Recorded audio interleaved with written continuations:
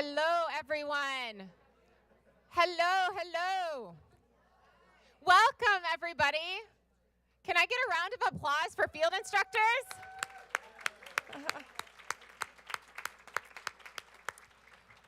We are so thrilled that all of you are here today. Before we get started, I just first want to acknowledge that we have run out of space, which is a great problem, and we're going to plan better next year. If you have a spot next to you at a table, will you please raise your hand so people know they can come? Okay, so there's a spot there in the back. Any of our guests who want to sit, this is going to be a long event, so we're going to be here for a couple hours. So there's a spot here, there's a spot over there, and there's one here. So if anyone wants to sit down, we do have at least 3 spots available. There's also one more spot over by the window where there's the pink cup or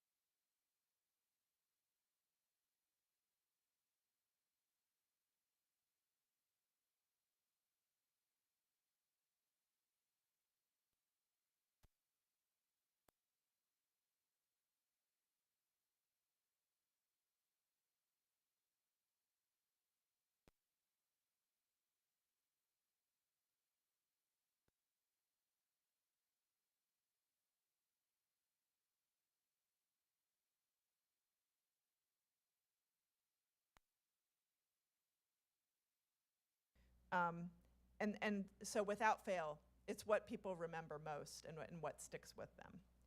As field instructors, it's you who stand beside students through some of their hardest moments, their most embarrassing moments, their most difficult moments, and their most sad moments, including their very first patient loss, for example.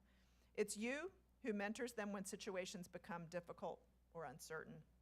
It's you who celebrates with them when something goes just as you'd hoped, like a successful placement in a loving home. And it's you who decides when a student is ready to grow and take on more responsibility, and when they need support, guidance, or space to regroup or backtrack a little bit. And perhaps most importantly, it's you who models what it means to lead with professionalism, competence, compassion, and care all at the same time while upholding the Social Work Code of Ethics. Thank you sincerely for everything you do in support of our students, our school, and the communities you serve every day. Your investment in social work and the future of social work matters deeply, and we're profoundly grateful to the partnership that you give to us. Can we please just have a round of applause to all of our field instructors in the room one more time?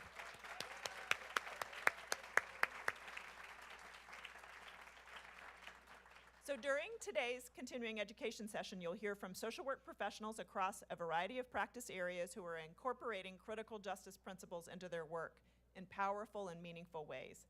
I hope you'll find this session informative, inspiring, and energizing, and I'm looking forward to it as well.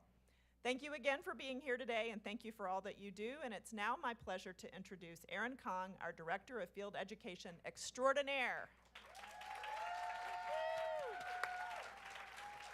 You have yours? Okay.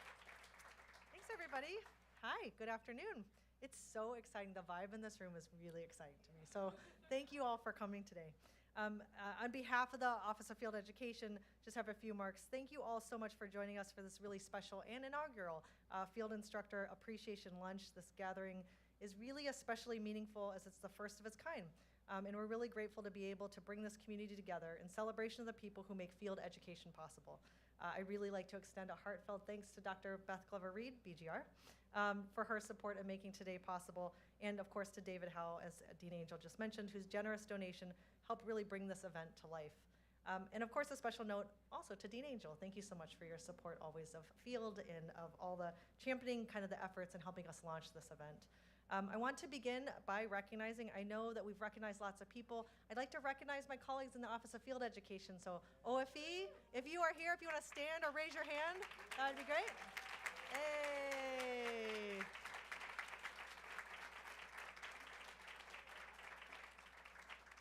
Thank you. The best colleagues. Really, this work would not be possible without your dedication, without your mentorship, without your behind-the-scenes coordination, and we all know what that means. This would not run, a quarter of the curriculum would just not run for the amount of complexity and the volume that we have in this program, so thank you so much. Today is also really about the FIs, the field instructors here today.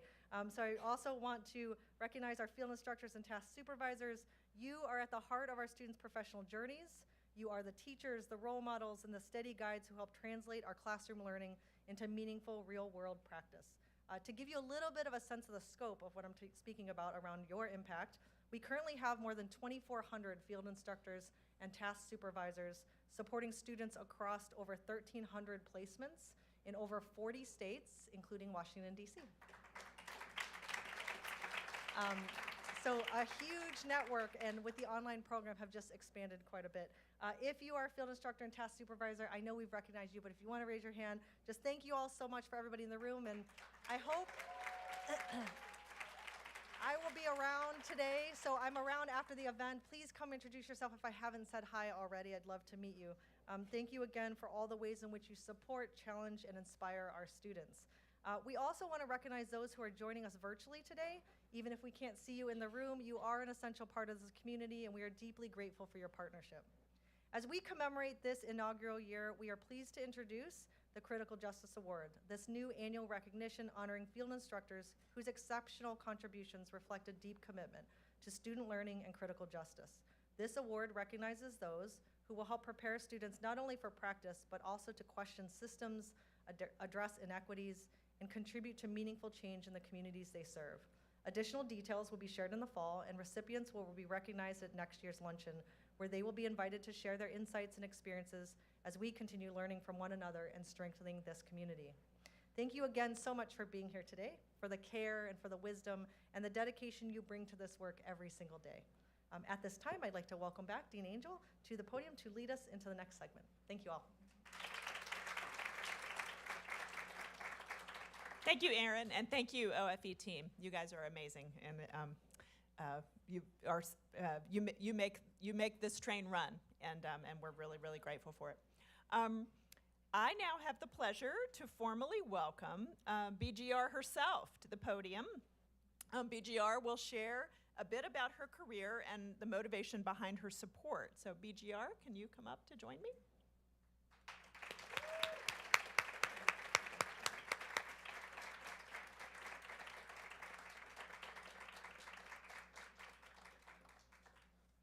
All right. Yeah, okay. Yeah. Thank you. So I wasn't going to say anything about my career. I was going to say something about why I set up this fund, because we're going to need all of you to pay attention to this fund and be sure that it's being implemented the way it was intended.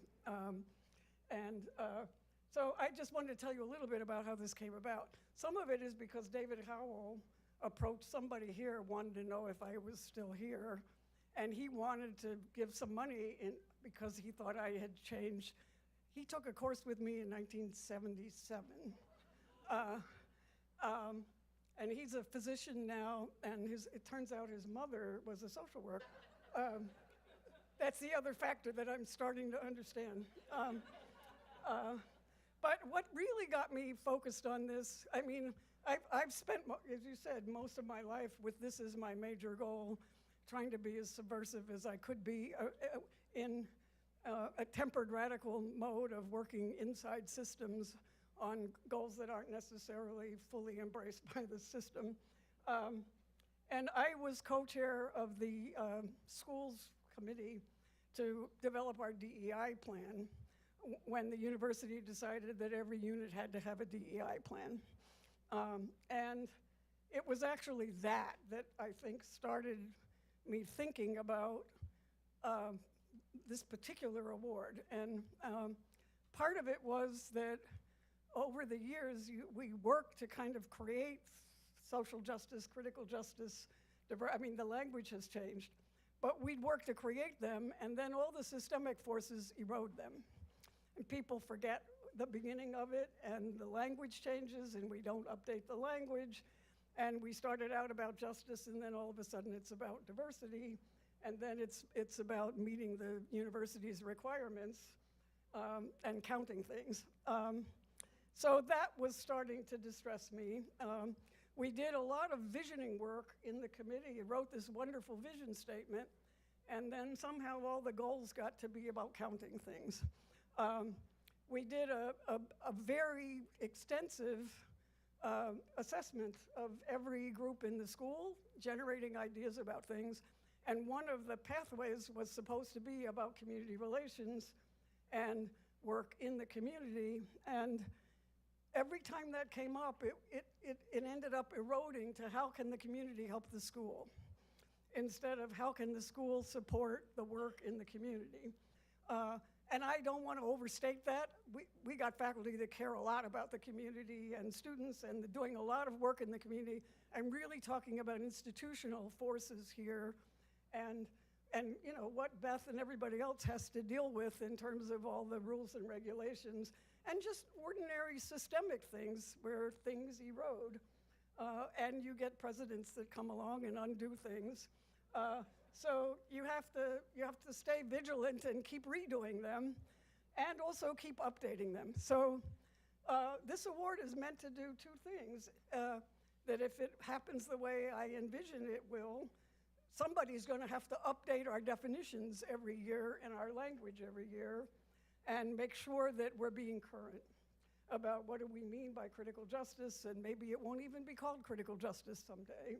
It'll be called something else because we haven't invented the words yet.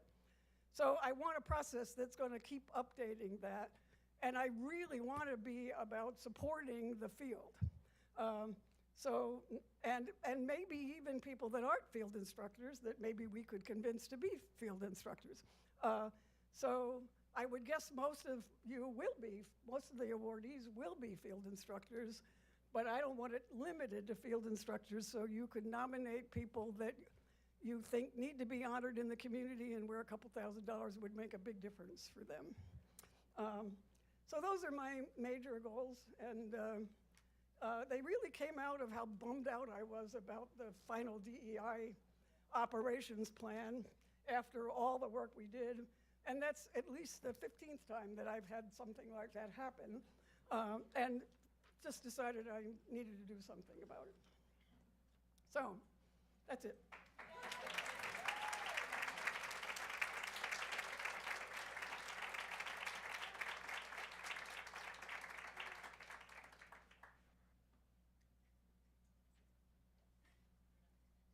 All right, good afternoon, everyone.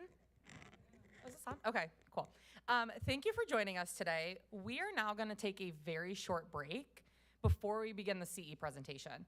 Please use this time to use the restroom, stretch, grab more food. We have plenty of food in the back. And then the bathrooms are right outside of this room on the left-hand side. The CE presentation will begin in about like 7 minutes. So if you can be back in here by 1 o'clock. I also want to say we are working on consolidating the food table. So if you don't currently have a seat, we're going to get the food to one table. There's some seats up at the front. It looks like we have 3 up here. We'll put some chairs out in the back too around that table. So we'll see you back here at like 1 o'clock. Thank you.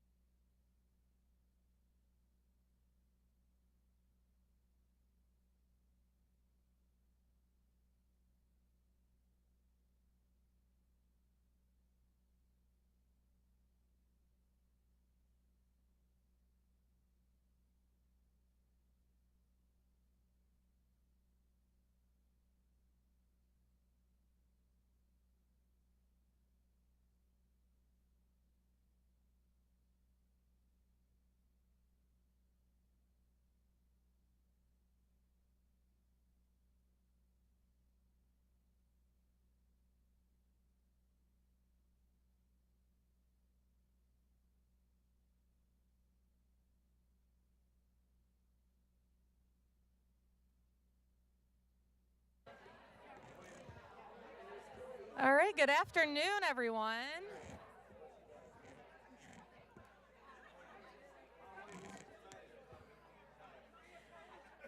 Good afternoon, everyone.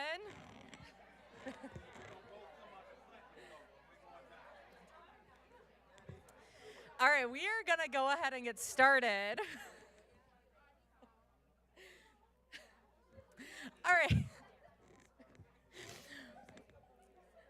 All right, welcome to the Critical Justice Fund Continuing Education event. Before we begin, I want to go over a few housekeeping notes. If you are joining us in person today and wish to receive CE, please make sure you have signed in the back of the room. If you do not sign in, you will not receive CE credit for today. For those attending online, there will not be CE available, but we are glad you are joining us online. Immediately following today's CE event, we need to prepare this room for Beth Glover Reed's retirement celebration. So we ask that you please go to the McGregor Commons, which is likely where most of you walked through when you came in, to sign out for CE. We will have staff members out there directing you out there. Sorry, I'm going off script. You will not receive CE unless you have signed in and out. So please make sure you find our staff where they can make sure you sign out. We are hoping to have time for Q&A at the end of the presentation. If you are joining us in person, please raise your hand and we will bring a microphone over to you. If you are joining us online and have a question, please submit it on the Google form that was sent out via email this morning. We understand that this is a 2-hour event, so if you need to get up to stretch, use the restroom, or grab a snack, please feel free to do so. We still have a lot of food in the back. We are going to consolidate it, but we're also going to put out some cookies and brownies back there. So if you need a sweet treat, feel free to get up and grab one. With that, I would like to invite Professor Beth Glover Reed, as well as the panelists, to the front of the room to begin today's CE presentation. So where's the clicker and how do I use it? Okay. Sorry, technology is not my strong point here, so. You should be able to now. Is that it? Okay. So what we're going to try and do is I'm going to do, I hope, no more than 10 minutes. And then these wonderful resource people are going to pick up on the topics and talk about how they implement them across a variety of locations and methods. And we have tried to coordinate all of this, but it's a lot, so we'll see how well it goes. It's all being recorded because we thought if it goes well, we can use it to orient people about what we mean by critical justice if they want to put in an application for the fund. So, and I'm on a mission to also get people to contribute to the fund too. So, but anyway, let me just say we could do critical justice in a lot of different ways, but I chose to do it around the capacities that we developed for the school. And we called them capacities rather than competencies because capacity assumes you can always get more. Whereas competency sounds like you can achieve it and then you're competent. Whereas with critical justice capacities, in my opinion, you're never fully competent, that there's always more you can do and more to learn and more trouble to get into along the way. So we're trying to do that. The other thing I wanted to say about the presentation is that people have really different learning styles.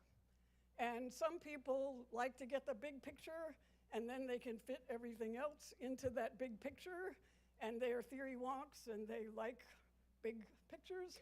And some people need the nuggets and need to sort of put those together to get to a bigger picture. And then there's a whole lot of in-betweens. And we're trying to balance those things. But because of the time constraints, I'm going to be doing some of the theory and the big language first. And you should stop me if I need to translate anything. But then I think they're going to do a terrific job at turning it into practice examples. So, and we probably won't have a ton of time for discussion across the participants in the first 3 modules, although I think if there are urgent questions and we're losing you, you ought to let us know. In the last half hour, we've left some open time so that we could really they can engage with each other more than we might along the way, and you can engage with them and add your 2 cents or criticize or critique or suggest that we've left something out. Because that's what I want to happen with this fund, that everybody keeps updating it. So here's our 2 goals for the day. And I'm going to do the principles and frameworks, and they're going to provide all the examples. And I'm not going to introduce them now. They're going to introduce themselves in a few minutes. So this is supposed to change. There it is. So we've got 4 segments here. And the first one is going to just sort of introduce basic definitions, defining justice, introducing the idea of praxis, and having everybody introduce themselves according to their practice areas and positionalities and strategies for working. The second one, we're going to talk about domains of power, all the analytic frameworks to use, and how it's kind of ideal if you can do a lot of analysis and critique even before you start projects or in the very early stages, so you have some sense of what landmines are out there, what's already been done, what people have learned. The third one is trying to apply all these capacities. So we're going to get to defining all these capacities, especially in this third segment, and talk about actually working for change.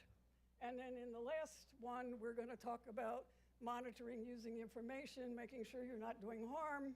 How are you learning as you go? So that's the organization of this.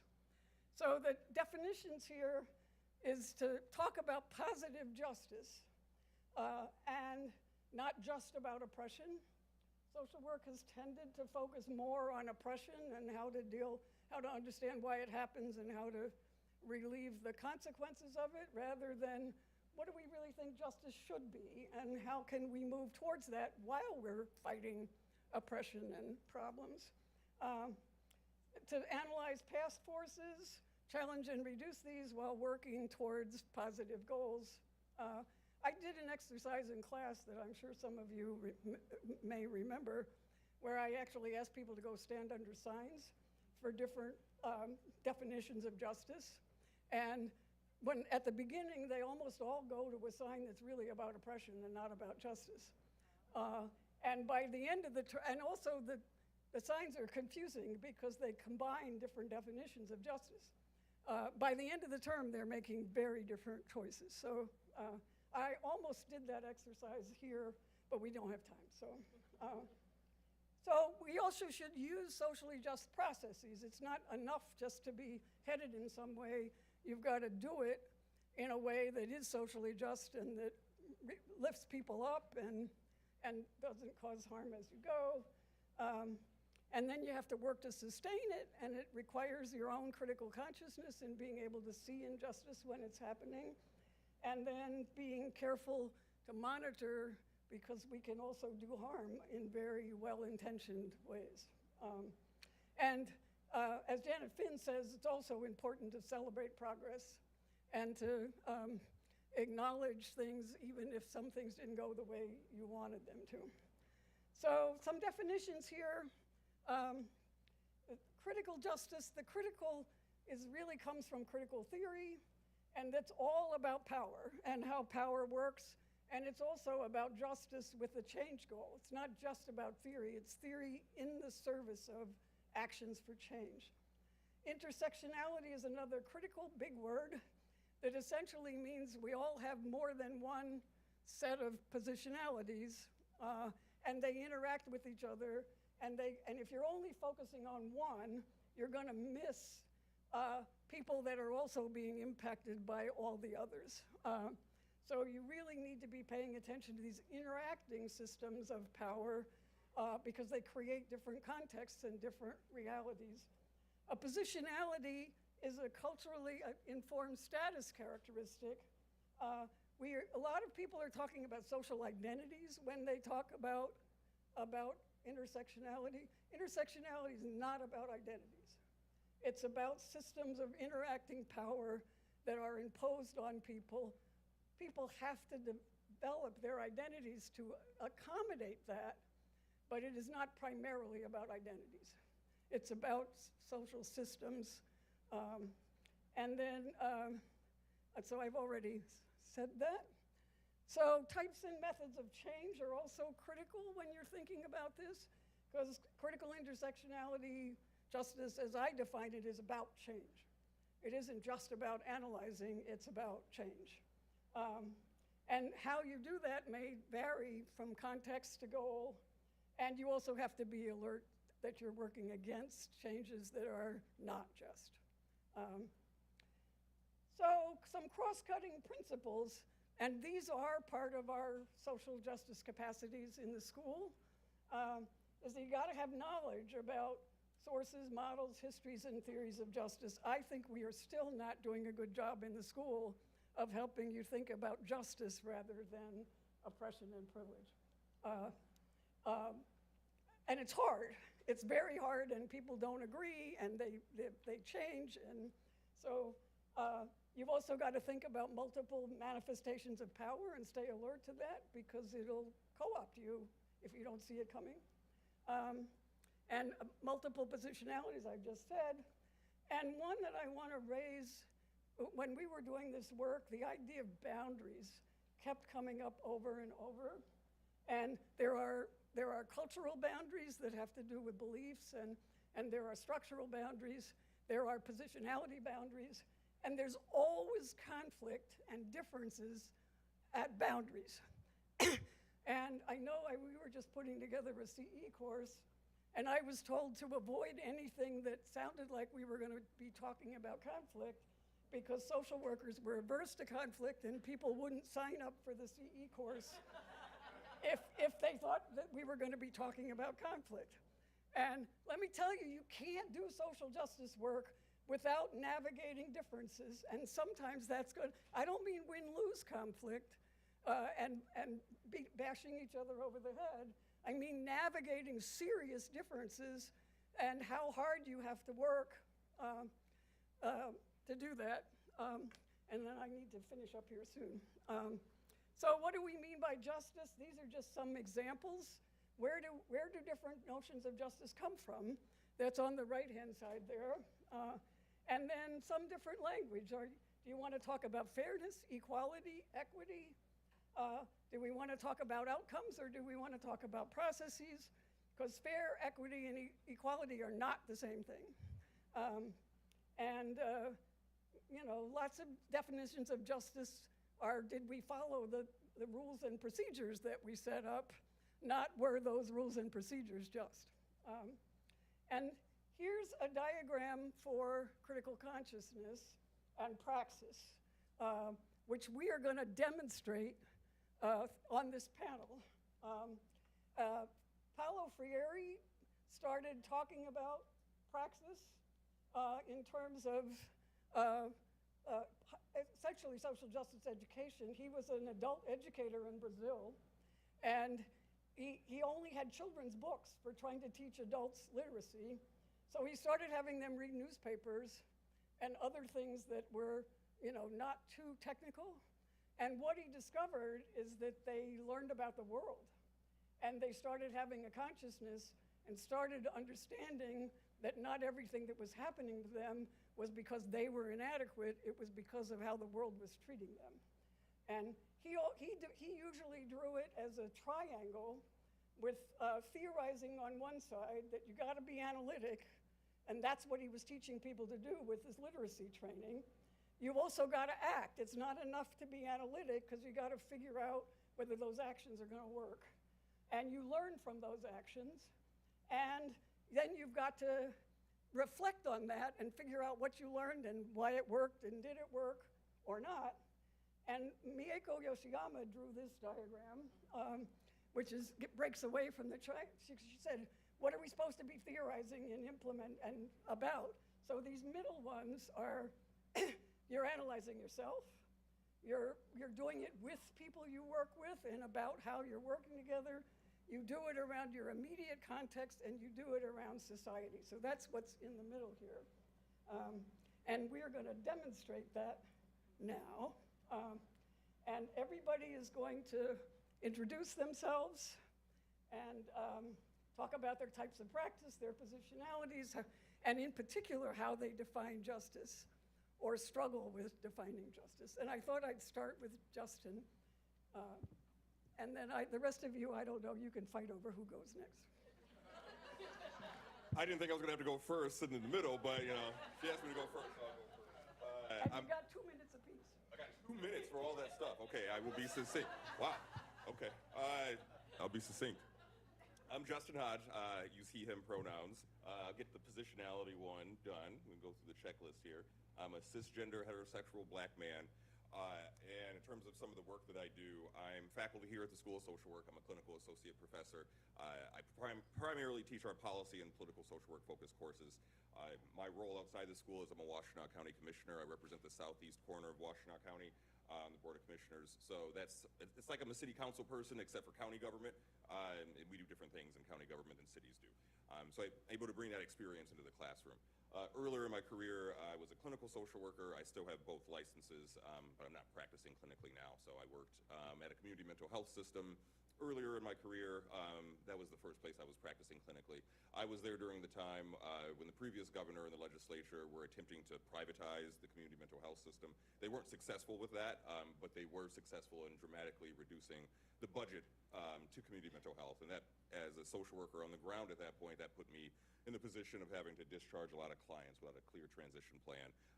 And that's what motivated me to get involved in politics to begin with. As a county employee at that point, getting to understand government and looking at the people that tend to be in positions of power like that, not being people with a social justice and equity focused mindset. So then a bunch of other stuff happened. I worked in Michigan Medicine for a little while, and then now I'm here. What else we got? That's sufficient? Definition of justice. Okay, definition of justice. So sort of like you talked about earlier with the exercise, we still use that exercise in the introduction to social work course here. So I think about that a lot. And I try to think of it both ways. What are we doing to eliminate or reduce oppression, but what are we doing to promote greater equity? And I think about that often in the policy work that I do. How do we create good public policy that promotes equity for people, and while we're also addressing harms that people have experienced? So who wants to go next? Now I'm done.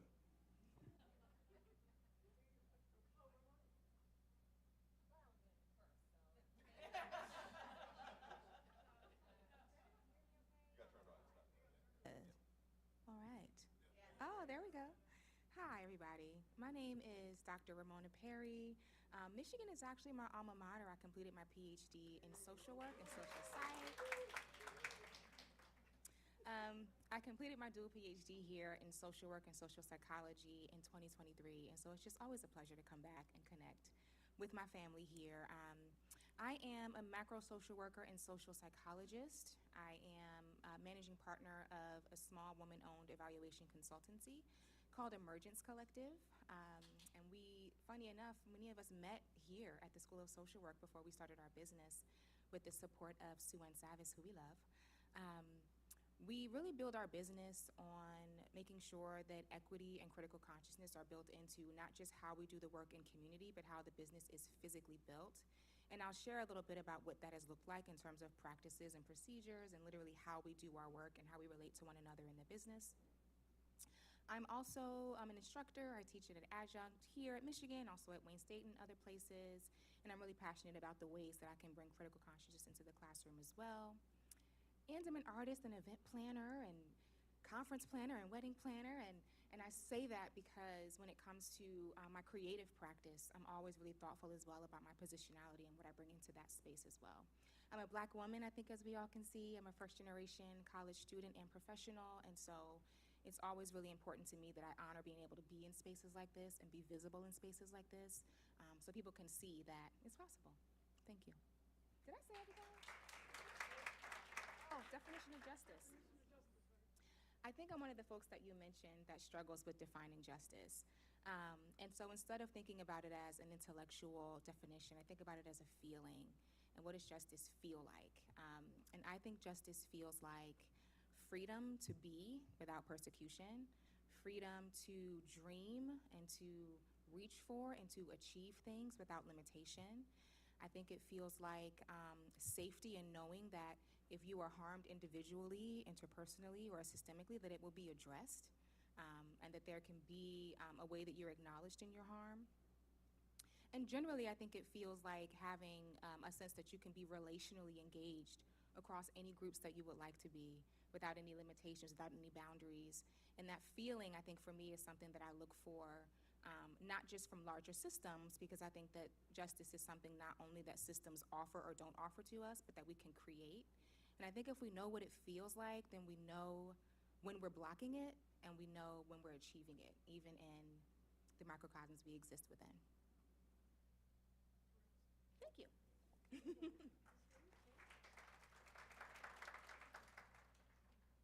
Well, a very good afternoon to all of you, and it's always good to be here. Is that better? Is that better? Okay, cool.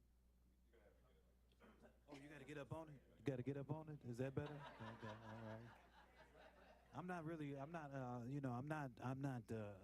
shy of a microphone, you know.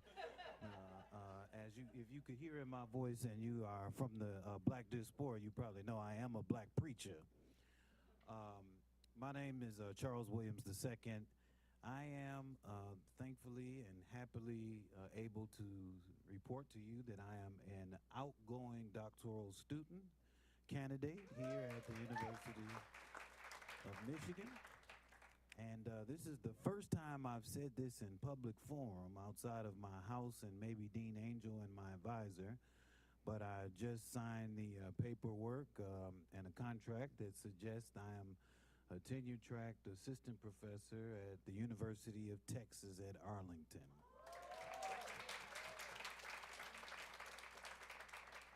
And go Mavs, go Mavs, go Mavs, go Mavs, go Mavs, go Mavs. Although I will tell you, downtown Detroit, they have a cowboy hat place, so I bought a Detroit cowboy hat. Oh, yeah. Detroit Yeah. cowboy hat.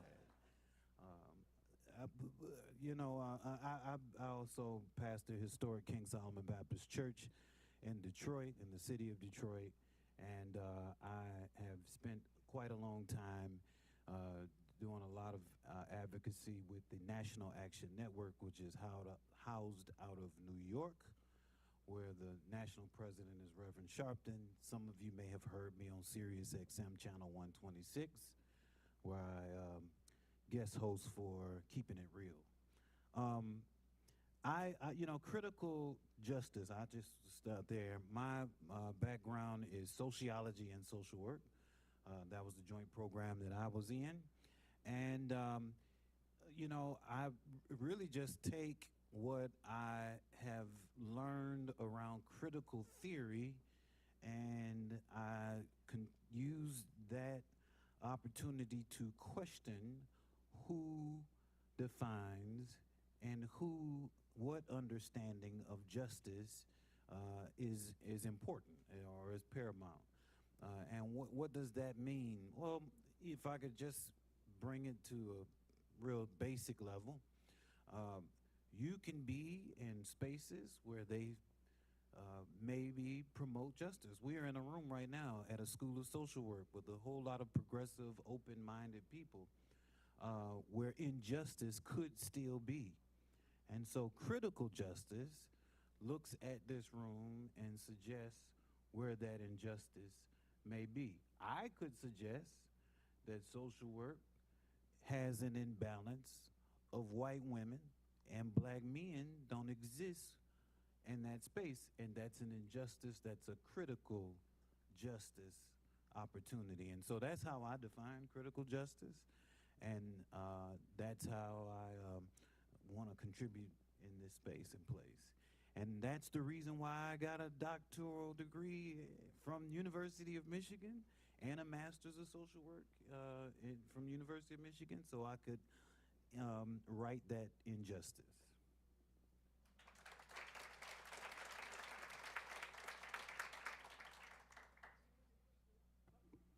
Okay, me next. Okay. I mean, I managed really to like push it off, didn't I? Okay. All right. My name is T, last name Louise. Also, social work alum. Thank you. I might be a little nervous because it's been quite a while since I've actually been in front of people. I usually do this one-on-one. So the piece that I'm kind of representing today is I am a private practice owner, and I do direct practice with clients, and that is I love it. So being in front of lots of people, if I'm like a little, I'll settle in, I promise. We got 2 hours, right? In the private practice is, the name of my private practice is Intersectional Insight. That is intentional. The aim of this practice, when I started, I spent a lot of time, actually was adjunct instructor here for several years, worked in community mental health for many, many years, and that is what drove me to private practice. So we can talk about that. But the being able to understand the very pieces that we're talking about today, both with critical justice, as well as positionality, intersectionality, and how that relates to mental health. And that's what I'll be here to try to talk a little bit about today, what that looked like with that journey. As a transgender, non-binary, pansexual, white, indigenous, kinky, polyamorous, orphaned, adopted, orphaned, housed, unhoused, supervisor, business owner, cat parent,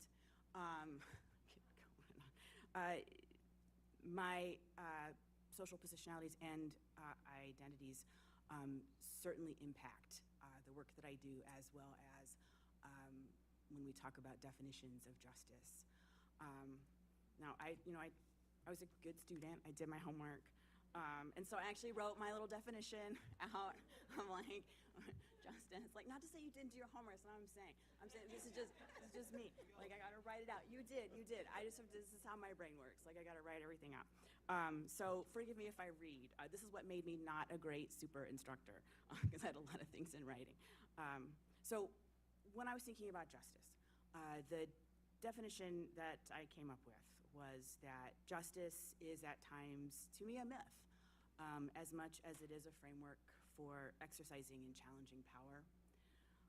At its most visceral, justice is a feeling, a sense of belonging, feeling supported by the rules, institutions, and mechanisms that govern one's kind of micro to macro positionalities. To me, it is at its strongest when justice operates as a fuel for action. Justice as power resides in who has the ability to define it, create the structures needed to enact it, enforce it, and make changes. If there is anything our current Supreme Court is showing us, it's that justice fails to be impartial, fair, or inclusive when used as a means to suppress equity. Whereas work aimed at critical and intersectional justice framework, like we're here to talk about today, for building social justice, though in my experience often the hardest to do and hardest to sustain, may be the most fundamental place that we, as the kind of collective we, can influence justice both as action and as praxis. Good. All right. All the instructors, A+. Ozzie here, who's been a major force in Detroit for a long time. Thank you very much. My name's Osvaldo, but you can call me Ozzie Rivera. I was given that name by my 8th grade teacher, Most Holy Trinity Church, because he couldn't pronounce the name, and Ozzie was easy. So my nickname at that time was Skinny, so you imagine I went for Ozzie. I bring that up because I was born in Puerto Rico, raised in Detroit, and through my life, I've been a community and cultural activist. And I've been thinking about these questions, and my upbringing had a great impact on me. Over the years, I'm in my early 70s. I've been a gang worker. I've been a substance abuse worker, AIDS activist, arts activist, musician, etc. And all of that was framed by my family, extended and current family. And I didn't realize, but I went to Holy Trinity when it was a hotbed of Catholic worker activism in Detroit.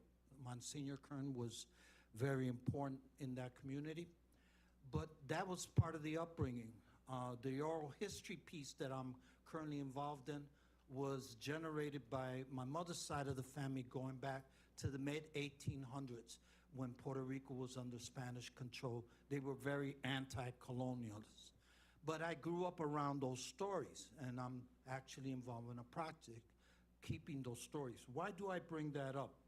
Is that justice, for me, as a definition, has changed over time, condition, and place. So in my early activism, as a teenager, many of the teachers were civil rights activists, anti-war activists, Catholic clergy involved in the SID number 2, which was a very important liberalization piece.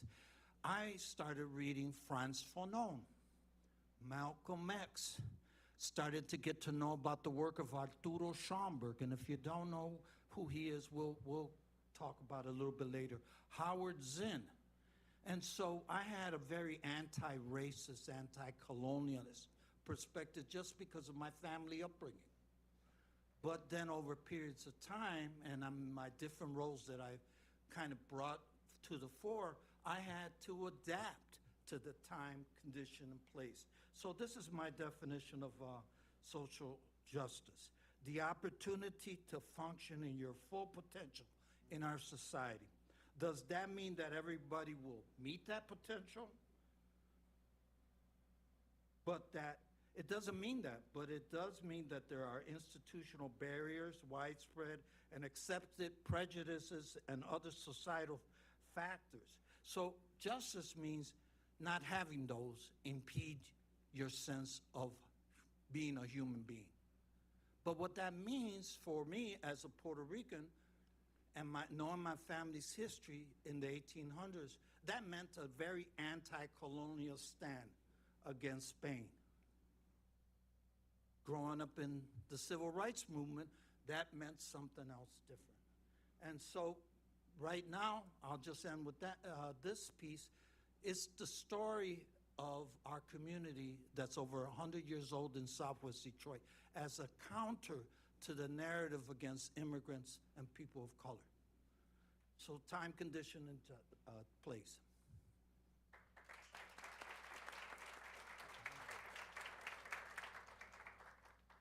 Aren't they wonderful? So I'm up here because it's easier for me to see the slides rather than twisting my head around. I will sit down again in a hurry. We're moving on. Oh, I'm going the wrong way. Okay, here's domain 2, and here we're getting into some I theory. So the goal here is to think about how to use domains of power in your analysis, and then to use that to prepare for action steps. And a lot of this is drawn from feminists of color who've been working to develop intersectionality theory, but they have drawn on a whole lot of other theorists as well.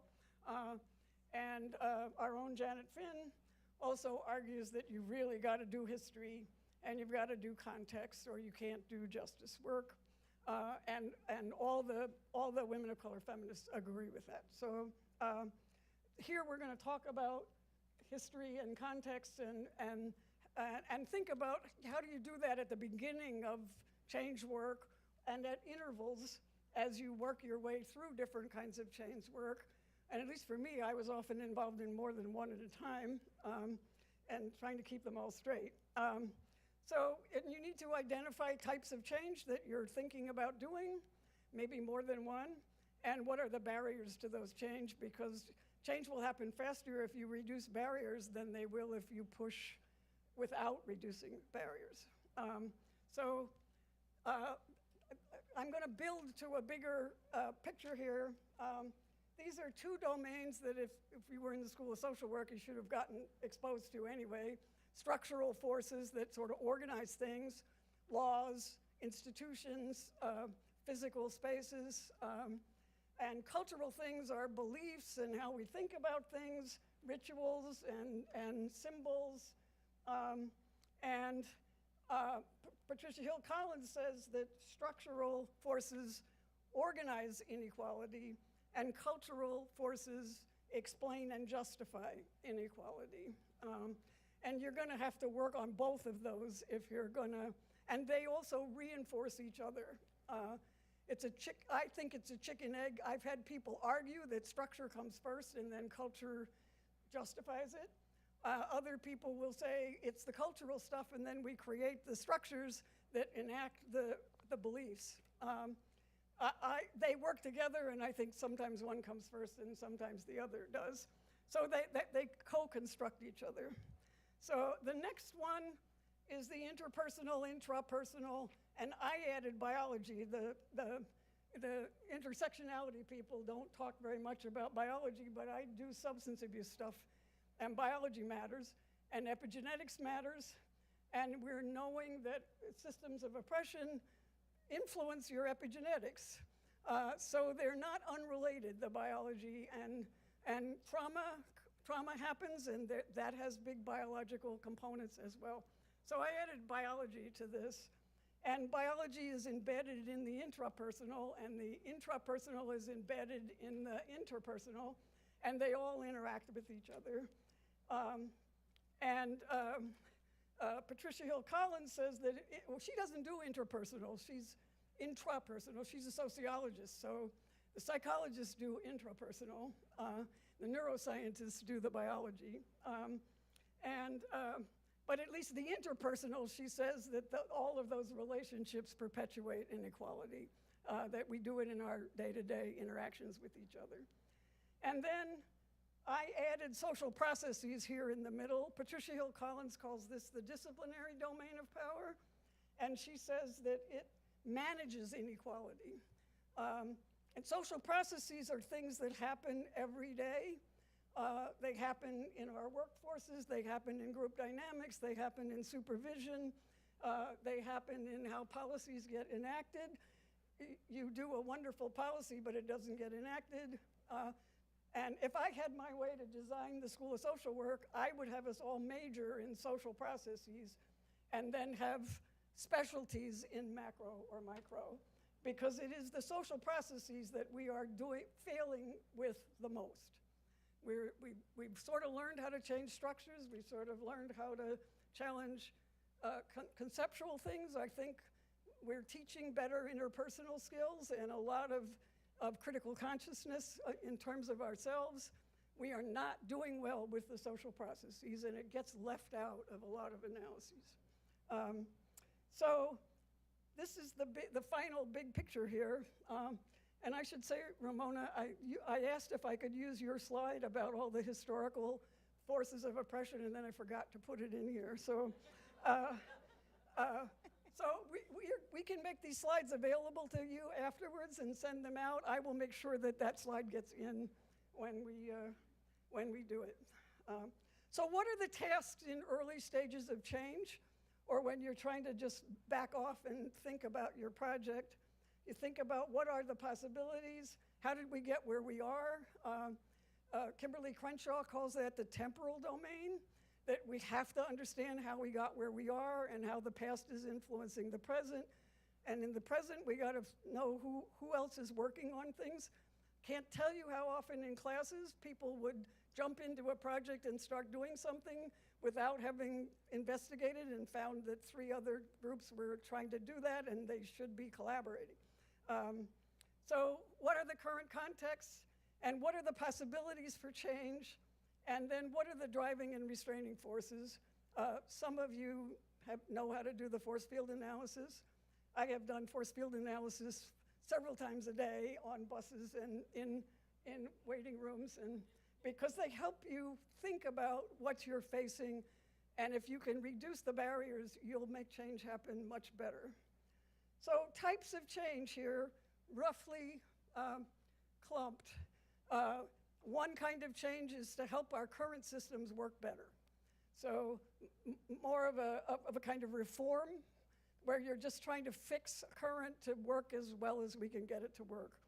The second, and a part of that too, is assisting people that are being harmed by our current systems.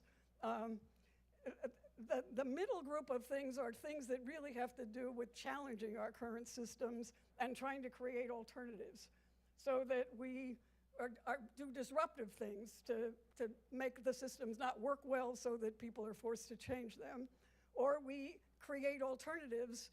I think we've got a couple of examples here of alternative systems that you're trying to make work the way you think they should work, rather than trying to work in existing systems. And then to create opportunities to learn about and practice alternatives. And then finally, there's working for transformation.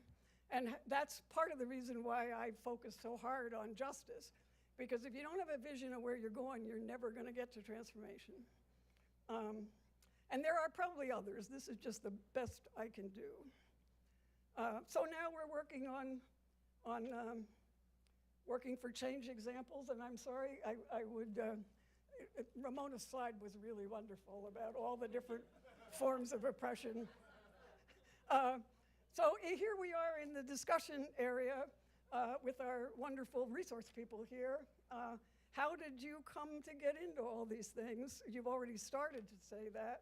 What temporal analyses do you do, and how do you do it? And is it on the fly, or do you have some systematic ways of doing it? How have you employed critical contextual structural thinking, which is one of the capacities?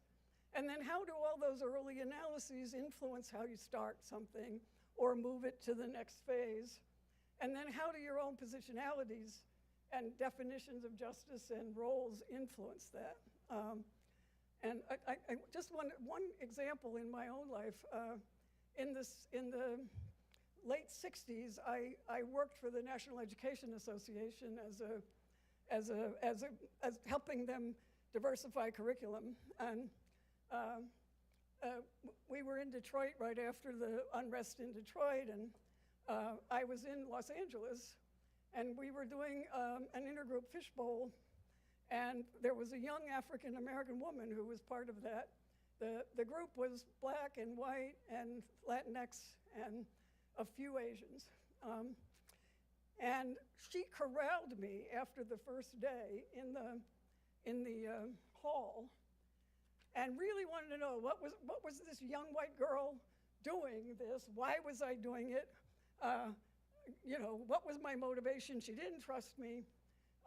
And she really raked me up one side and the other. I was backed up to the door of my room and really wanted to get in that door. But I hung in there. I thought she deserved to hear and answered the question. The next morning, we're in this negotiating fishbowl. I was the only woman on the team of facilitators. And she said, I want Beth to be the facilitator, because at least her last words to me was, I don't like you, I don't trust you, but I can work with you. And that's what I mean by the conflict and boundary crossing. You've got to hang in there and do that. Sorry, I just needed to share that example. So I don't care in what order you go. You want to? All right, I'll go. I guess I'm in the front. You thought you were going first last time. I know, it's for real now. There's a quote by a sociologist, and I know we have a sociologist at the table, and I want to say the sociologist is Pierre Bourdieu, but I could be wrong. But the quote says, it goes without saying because it came without saying. And when I think about context and where to start, the most important context that I can think of is me. What are the undercurrents in my life that are informing the way that I show up and what I believe? And I think that quote is so powerful because it suggests that many of these undercurrents, not only do they go unnamed, but they're inherited. And so they often go unnoticed. And as we're bringing ourselves into a space, we're bringing so much with us that it's important for us to interrogate and ask ourselves, why am I here? Why do I want to do this work? What are my motives for being here? What are my fears, and what are my fears based in? Are they based in racism, sexism, classism? What are my beliefs about the groups that I want to support, and what are they grounded in? What am I grounded in?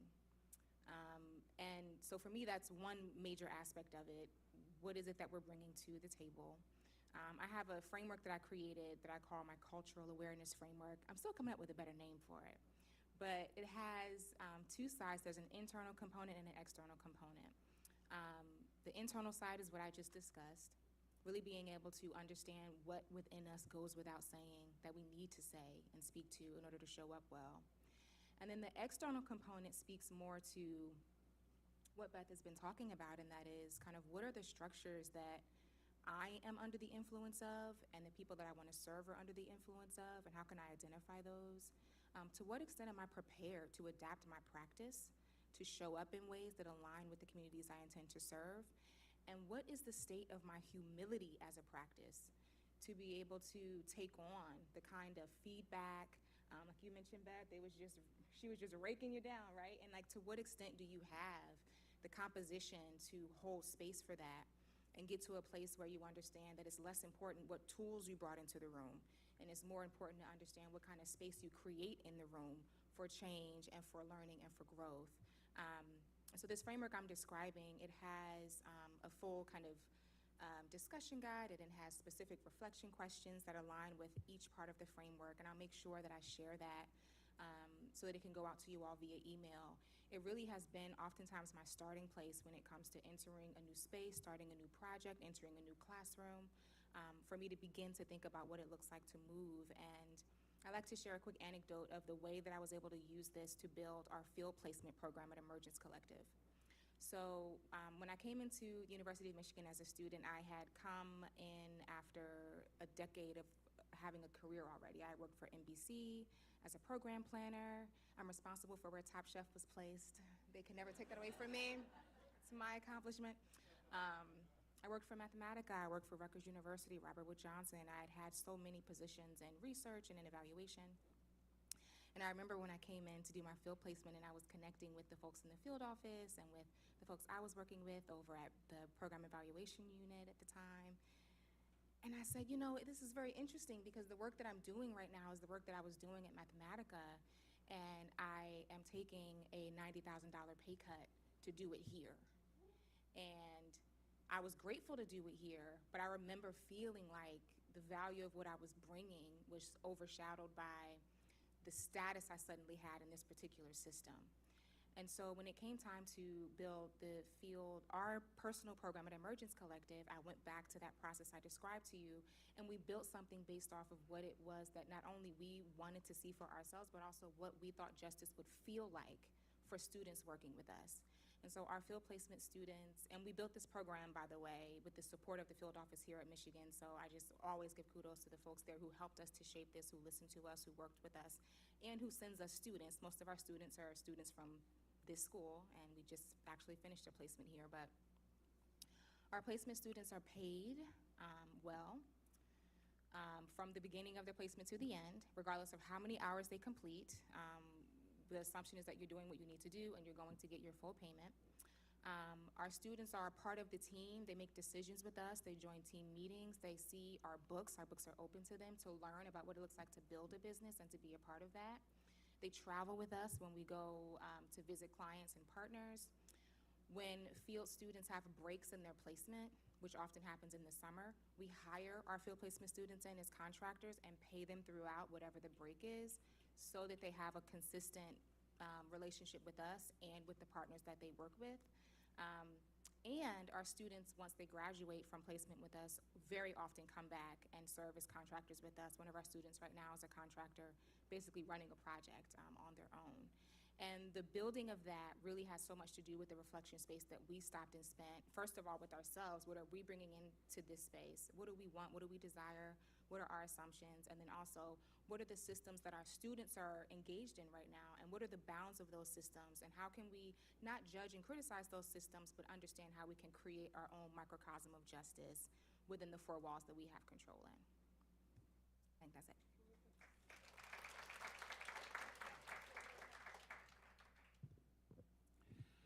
So a case example, it's a project I kind of alluded to earlier, an oral history project. It's called Voces, which in Spanish means voices. Interesting enough, this project has a strong collective. It's getting a lot of support in Southwest Detroit, media, some funding, but it's some work that goes back that I was doing in my first year in college. I was part of a leadership training group that came out of the civil rights movement in Southwest Detroit, where the Wayne State University was forced to set up this Latino studies program at Wayne State. And one of our community projects was an oral history project. Why do I bring up, here this is 71, Jesus, I mean, 50 some years later, I'm still on that track, but how I approach it and how the people that I've been involved with approach it. At one point, it was just getting to meet family friends. My father knew some Afro-Puerto Ricans that came up from the southern part of Ponce in 1918, the year after Puerto Ricans were made U.S. citizens, and I interviewed 6 of these elders who were in their 80s. Didn't know the treasure that I had. They came, worked in New Orleans. New Orleans was the main way that Caribbean islanders came into the United States before New York. People tend to forget that. So the first group of Puerto Ricans that came to Detroit were in 1918. Most never returned back to the island and settled in Black Bottom, intermarried with the African-American community. I could go on more about that story that I didn't realize till the 30s was such an important piece. But here, I'm involved with a group of people who, under the current circumstances, are realizing we have to tell a different narrative, because who has control of the narrative about immigrants and people of color in this country at this point, and to what purpose? So same dynamic, same kind of activity, but a different demand. And so in terms of this urgency, and people are using it in Southwest Detroit as an organizing tool, because marginalized people have been oppressed. That's, like Beth says, that's the reality. But the thing is that most folks have figured out a way, even in the midst of that, to not only survive, but supersede. That's the other part of my work, is the culture work. Afro-Latino history and culture is a class I teach at Wayne State, and I teach it from a positive aspect. Irrespective of what happened these 500 years plus, we've created societies and cultures that are esteemed, are valued, but we have to change that narrative. In the process, I go back to the definition that Beth asked earlier, how do you define social justice? I didn't completely it does not mean that everybody will meet that potential, but that institutional barriers, widespread and accepted prejudice, and other societal factors do not play a role in hampering your ability to meet that potential, whether you do it as an individual, as a family member, as a community. That's the strive for social justice under the current circumstances. Now, I mentioned Arturo Schomburg. Does anybody know who Arturo Schomburg was? The Schomburg Institute for Black Research in New York is the premier worldwide center for Black knowledge. He, from Puerto Rico, he came as an immigrant before Puerto Ricans were U.S. Citizens, and he went and he started this movement to counter the narrative. Even back then, the Black people worldwide did not have a history. We're celebrating the 100th year this year of his his institution of that Schomburg Institute. And now, something in the past, if you know your past, you know why you're here now, prepare for the future. That's a common refrain that a lot of our collective members, and we have media people, we have filmmakers, and our workshops. We held a workshop here a couple months ago, well, a month ago, over 30 students, faculty came. We've been doing it with young people, whatever, and it's to try to work for that change, for understanding. If you want to look at the critical and textual structural thinking, that's why I mentioned Franz Fanon. That's why I mentioned Arturo Schomburg, Howard Zinn. They had an alternative way of history because the powers that be, they want to tell the narrative. What's the saying? The hunter, the lion doesn't get to tell the story because the hunter killed him, right? I'm paraphrasing. The hunter's the one that's telling the story. Sure. I began to, 17 years ago, I had become the pastor of historic King Solomon Baptist Church. This church had 9 members. They were all over the age of 85, and the facilities were falling down, and the community was an underserved community. And I decided, well, they decided, because they picked me, but they decided that I'd be a good fit there. And the first thing I began to do is kind of dig into the history of the congregation, only to find out that this is the same church where Malcolm X gave the speech, Ballot or the Bullet, if you've ever heard that speech, only to find out this is the same church where Malcolm X gave the speech, Message to the Grassroots, where Grace and Jimmy Boggs brought Malcolm X to the church, and find out that it had a rich legacy of being a social empowerment center for the city and for the community.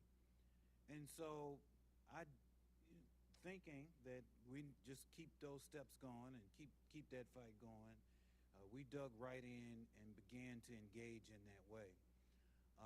And so we started a soup kitchen, and then we started a youth mentoring program, and then we started a clothing closet, and then we started a women's group, and we started a men's group.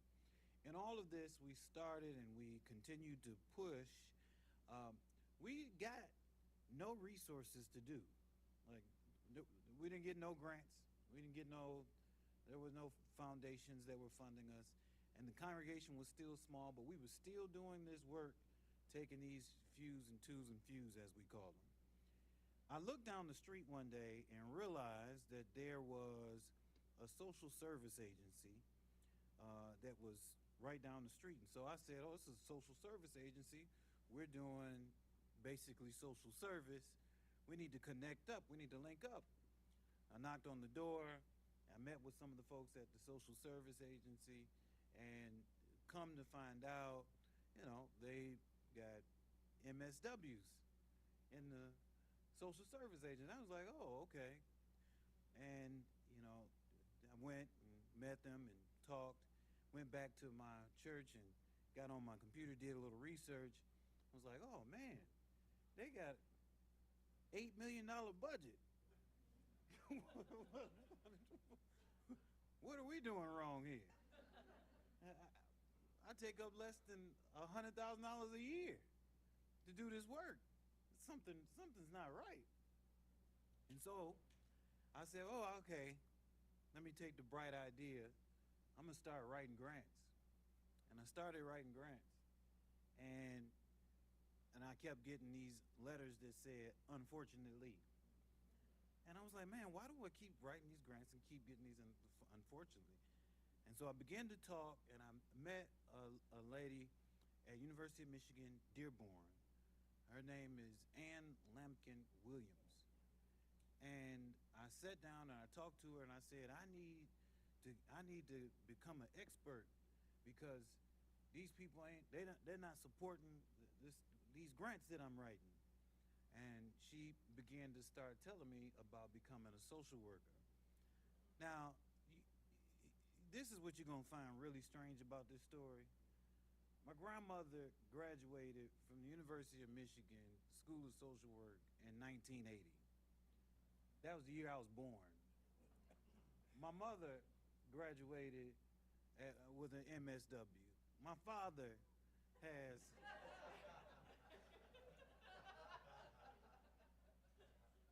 I didn't know all, I mean, I knew.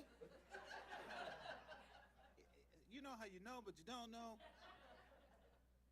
And I never thought that I would be a social worker, and I figured I wasn't going to be a social worker. But then I said, well, let me go and be a social worker. And so I signed up and was able to get into University of Michigan for social work. But that wasn't enough. It was still more that I needed to inform the structure about the imbalance in regards to the resources that were going out into the community. And that wasn't enough either. So I kept going. I got into the PhD program, and my research is around how black churches can close the social safety net gap, as well as provide for health equity in underserved communities. But that wasn't enough. So I had to start recruiting other pastors to get MSW. And so I would call them and I would say, hey man, you want to get a degree?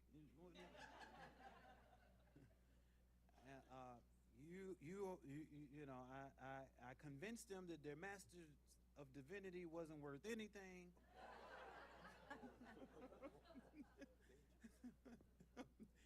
And as Beth knows, about 8 black preachers later, the 9th one is right here, Maurice Rudds, who pastors the Greater Mount Tabor.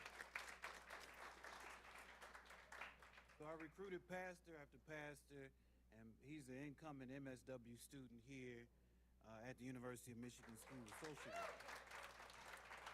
So I took these structural inequalities, and I took my positionality, and I took the opportunity to right this injustice by really taking my story of having no resources to do the work. Now we got all kinds of resources that come through, but having no resources to do the work, and began to start building on that and keep building on it to right this critical injustice.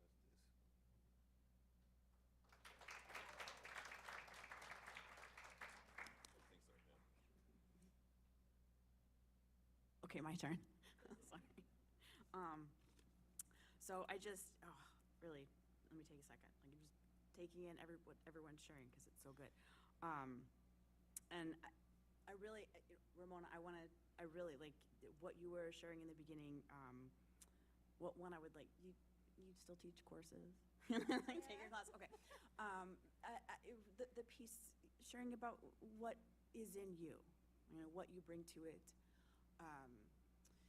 My experience kind of started from a place of really wanting to not only build community and to serve communities that I was a part of,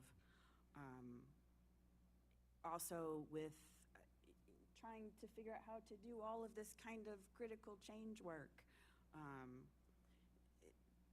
The hardest part, I think, was that what I learned, which was kind of the hard way. I shouldn't say that. There's so many social, you're all field instructors too. What am I talking about? You might understand this. That as much as I wanted to try to do all of the things that we are taught in this school, even the things that we're talking about today, to try to change these larger structures, to try to use both community change and structural change to change larger systems. My experience working in community mental health and at the clinic that I worked at and all the projects that we did, though there was some real foundational pieces and change that was made, when it came down to it, I also had to reach a point where I was thinking about myself.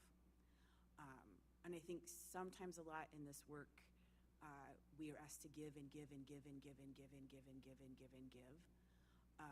And I reached a point where felt like if I continued down this path of working in community health and working and trying to change these larger systems, it was going to kill me. And so I had to really take a step back and think about, okay, there are already so many things trying to kill us in this world. I know we're supposed to be positive, right? I'm trying. But I had to come at it from a place of, okay, what have I learned through all of this? And what will make sure that I can survive? And that's what brought me to the place of deciding, well, I really do love teaching.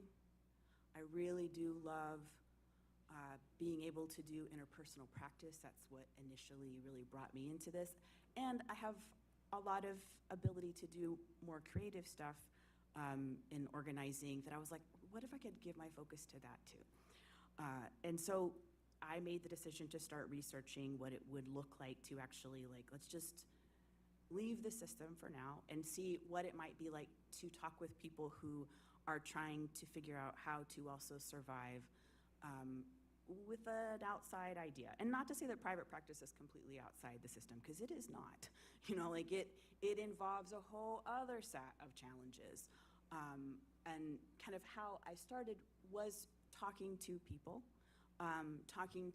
who also were feeling similar to me, who wanted to figure out how to create a private practice structure that was equitable to the people who are part of it, not only clients, but the people who are working within it, and to ourselves, and trying to figure out how to do it in a system that, you know, because now we're talking like insurance companies and Medicaid and a whole other world of stuff that is not what rarely has our clients' best interest in mind. And also wanting to do it in a way that still really I felt was aligning with the things that I valued and would provide services in a way that I felt was also missing. You know, one of the things that was part of the work in trying to work in community mental health was really kind of challenging ideas of mental health diagnosis, of how often, you know, our social positionalities, our, you know, the structures of oppression around us are just not included or incorporated or understood. Instead, they're internalized and diagnosed as things that are wrong with us, as opposed to understanding that in many ways, this is about our survival and how to try to survive in these structures and environments. So wanting that to be a real important part of the framework.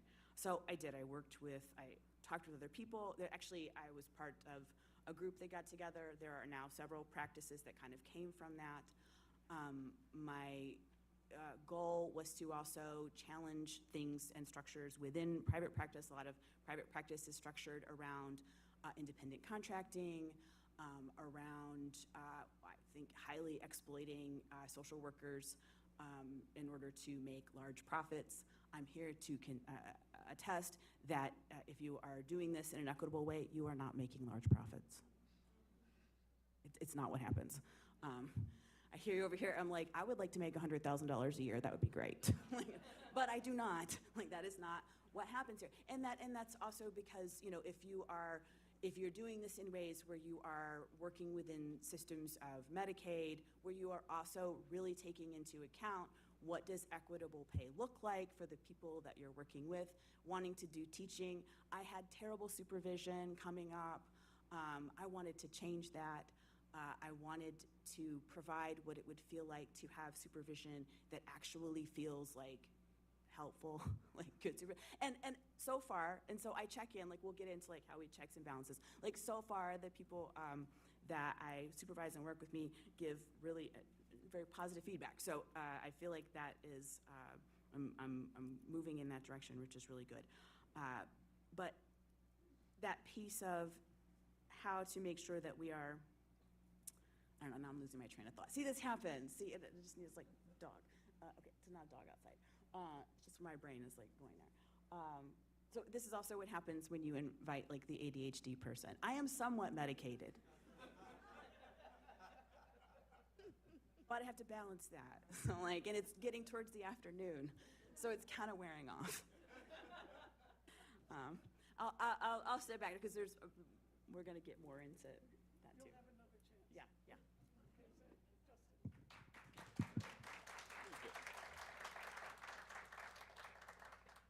Okay, I'm going to talk about something in the opposite direction. It's a big system. So I think a lot about how can we make government work better for the people. I mean, if you look at the federal government, I don't really think that's working well for people right now. I like to think my government, the county government, is. So I'm going to talk about a tool that all of you could use. So if you want to take out your phone, you can look this up. So a tool is called the Opportunity Index. So this is a tool that we have in Washtenaw County, and we've had it since before I got elected, but it wasn't really getting a lot of use. And it's an online tool anybody can use that maps opportunity across the county on a wide variety of different metrics, including just some examples are job access, life expectancy, other health outcomes, and also access to financial resources. So as an example, and when we think about significant disparities that exist in Washtenaw County, a black resident in my district, so the Ypsilanti area, on average will have a life expectancy of up to 12 years less than a white resident in Ann Arbor. So we have all this data that shows significant disparities across Washtenaw County, which should disturb people. Washtenaw County is one of the most economically segregated regions in the entire country. And people would think that, that can't be true because we have Ann Arbor, we have University of Michigan, we have all this great stuff here. Opportunity is really isolated in certain parts of the county. So much of what I've been trying to do, this is my 5th year in office, is figuring out what can we do to address these significant disparities. And a lot of that has to do with how resources have been allocated over decades here. A lot of resources get allocated into the Ann Arbor area and to communities that are already affluent. So one of the things it was a priority for me, I got this done in my first 100 days in office, was that I got us to pass a policy that requires that the county government utilize the Opportunity Index for our policy-making decisions. So when we're thinking about how do we change structures to be more equitable, now whenever we're discussing a policy or there's a proposal, when staff are giving us information on it, there's a section on our policy report that says impact on equity. And so it requires that the Opportunity Index be utilized as that tool. Another thing that I got us to do as part of that policy is require that we update it from time to time. I think we're doing it every 5 years now, aligned with the American Community Survey. And before it was just whenever, and there wasn't really a lot of resources allocated to it. The original version of the Opportunity Index was done by Ohio State. So we had to stop that, and now U of M does it. Poverty Solutions does it for us now, and they do a fantastic job. So if anybody's used it before, it should be much more user-friendly. Another piece about it now, too, is that if you are a nonprofit or another organization that's requesting funds through the county, like writing a grant as an example, you have to use the Opportunity Index and describe how is this going to impact equity in the county. So that's when I'm thinking about how do we change systems so we be critical of probably the largest system all of us will interact with, which is government. There are ways we can do it and have a better government because we get to make it. So that's largely the thing that I try to keep focused on is what do we do to change this experiment in democracy so it works for us better and it works for people that really need the support from the government.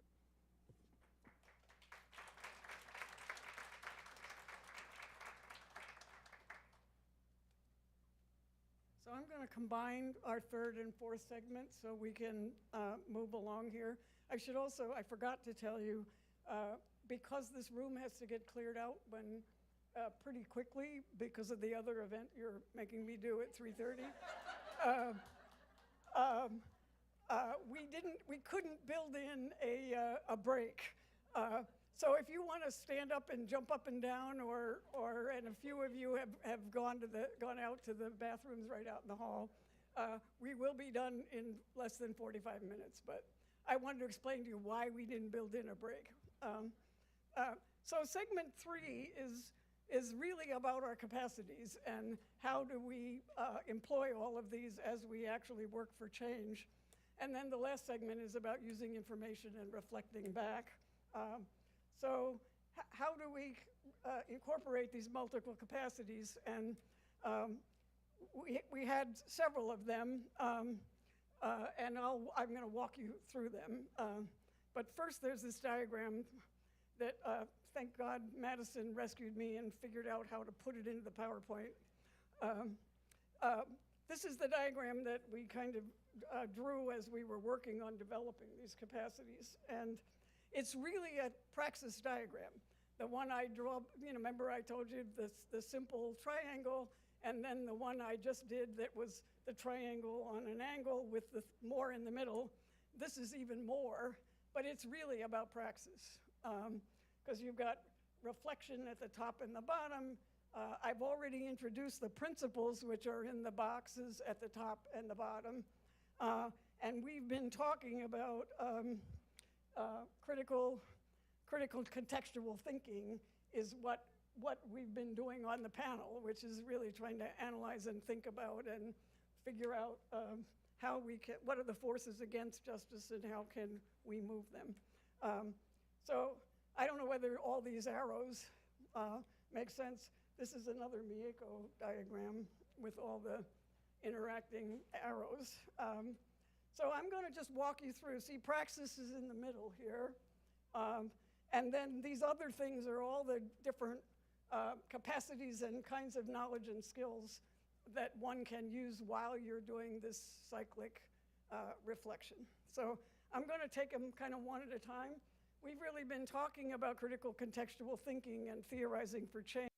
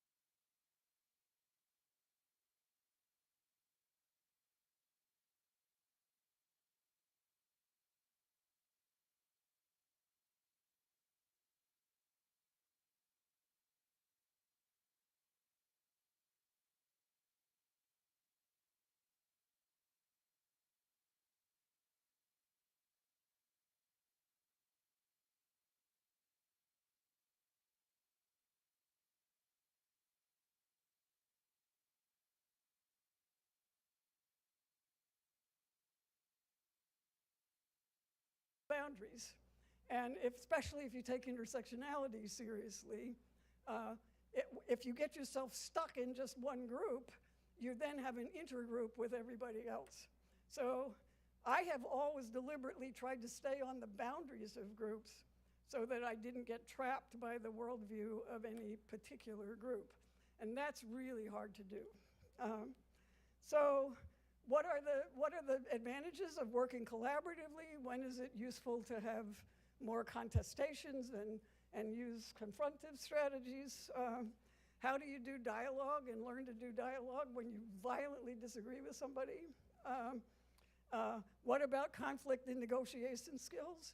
And we do a terrible job of teaching those within social work. We really ought to be focusing on some of that, and then if in fact we don't have tensions with people, we should enjoy it. And again, you need to think about insider people and outsider people and have them learn to talk to each other, because insider people are going to understand how the system works and may be able to make changes inside the system, and it may take outsider people to be able to see what's not working in the system. So having some of those collaborations is important to build in. And then foster environments that are supportive and that also challenge you. And I should say these capacities all came from a lot of research and work with students. We did 37 or more focus groups over a whole period of years. We had 5 collaboratives that involved field instructors. We had a recurring survey, so turns out students feel less competent in December than they did in September because they've learned what they don't know, and because temporary social systems, you have to disaggregate your current knowledge in order to get new knowledge in. So that's conflict, dialogue, and community. And then here's the action pieces. We called that enacting vision and change. And then all these stages, you're gathering information, planning, engaging in things, and then steps towards change. And again, it starts with the vision, implementation steps, monitoring, using indigenous knowledge, not just book knowledge, but we need book knowledge too, and a whole bunch of other things, ending with kind of monitoring actions. And then I think I'm going to move on to the 4th one as well, and then we can deal with both of them and start having some interaction with you all. Because all of you got into the action steps, you didn't stay with the history, so we've already done part of what was going to happen in this segment. And I'm not complaining, they were wonderful. So you need to continue to assess driving and restraining forces and lessons learned. And then 4 was, how do you use information throughout? And how do you keep your critical consciousness and your awareness of things so you don't get co-opted by the work and you don't burn out? You need it for both of those things. And then how do you identify what you've learned? And sometimes you don't see the successes because you had this goal and you got partway there, or you landed someplace you weren't expecting and you wanted to be there, and yet maybe where you landed was better. But it can take a while to figure that out. Or to figure out, what do I do now that I've landed here, because this wasn't part of my plan. And then with the panel, anything else you wanted to add about that? And here were the final reflections that I had thought we could talk about in the last round. And you should be thinking about if you have questions or examples or critiques along the way. Are we okay with another round? Sounds good. How are we doing? We haven't lost you? I'll jump in. I'll jump right in here on this one. And in jumping in here, sit down. Jumping in here, I walked across and participated in the commencement a couple weeks ago, and my church decided to have a little thing for me, and I was like, oh, don't do that, and this, don't do that. And I think sometimes it's very difficult when you do so much work to appreciate being celebrated. And Beth, you've done enough. Congratulations.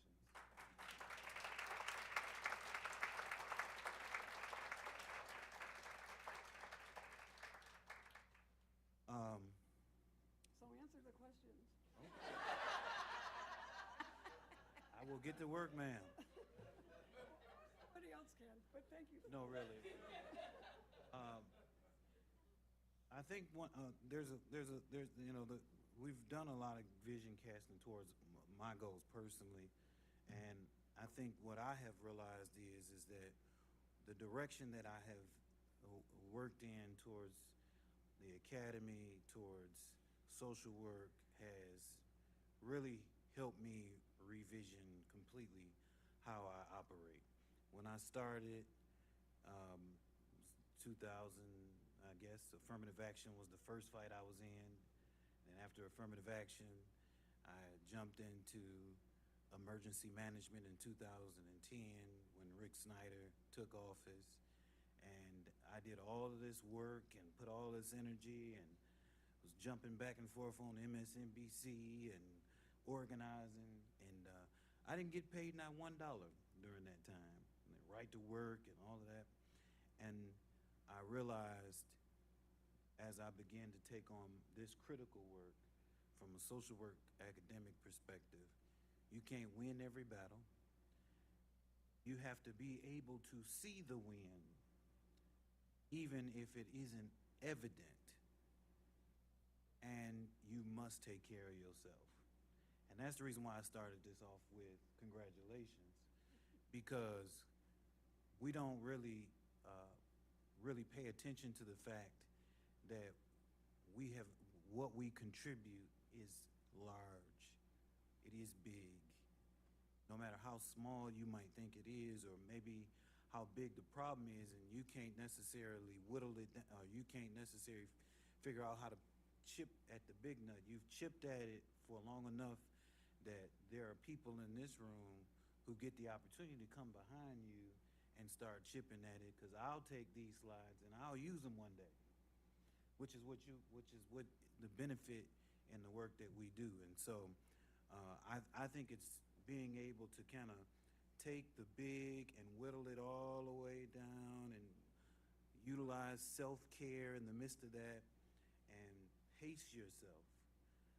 That was one of the big things that I had to learn, is just pace, not trying to drive myself into the ground, considering myself fighting for justice when I'm killing myself. I was 100 pounds heavier, right? So I had to start changing my diet. I know this may not seem as social worky, but I'm trying to help you understand what I had to do to get to the point where I could actually read and write and think, because the world is noisy. It is noisy today, every day. And every time you listen to the radio or watch the news, it could draw you in and make you feel worthless and make your work feel worthless. So being able to compartmentalize those things and being able to operate, utilize, and self-care has been monumental to me. Staying involved, staying engaged, and moving my overall vision to come to pass. Yeah, I'll go. I'll get it. Well, good. I like it. I'm going to respond to the part that talks about balancing other perspectives, because that's something I have to do a lot. I mean, as an elected official, I need to listen to what people have to say and then figure out how I respond to that. One of the examples that I always think about with this is, has anybody heard of My Future Fund? Anybody in the room here? You have? Oh, you have? Cool. Okay, anybody else? You over there? Yes, you have. All right. So it's a children's savings account program for kids in Washtenaw County Public Schools. It's one of my signature policy achievements, is getting that done. It took several years for us to be able to launch that. So as we were going through the process to get that to happen, I got a call from a constituent, and it was a voicemail. And so the person basically said, "Justin, you better not be voting to give that money to them kids. Call me back."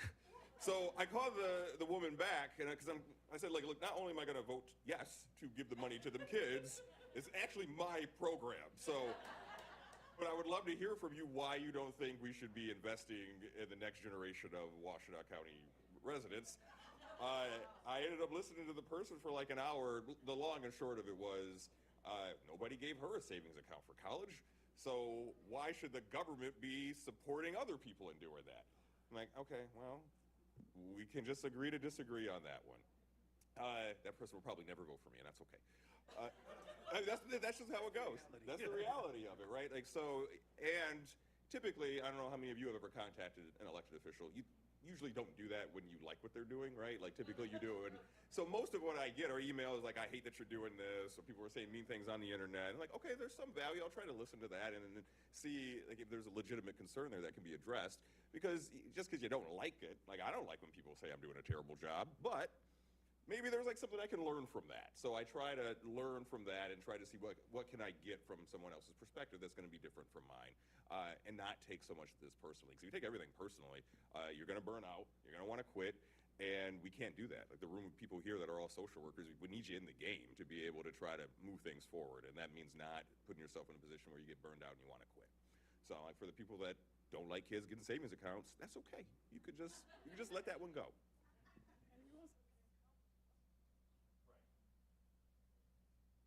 Well, who else?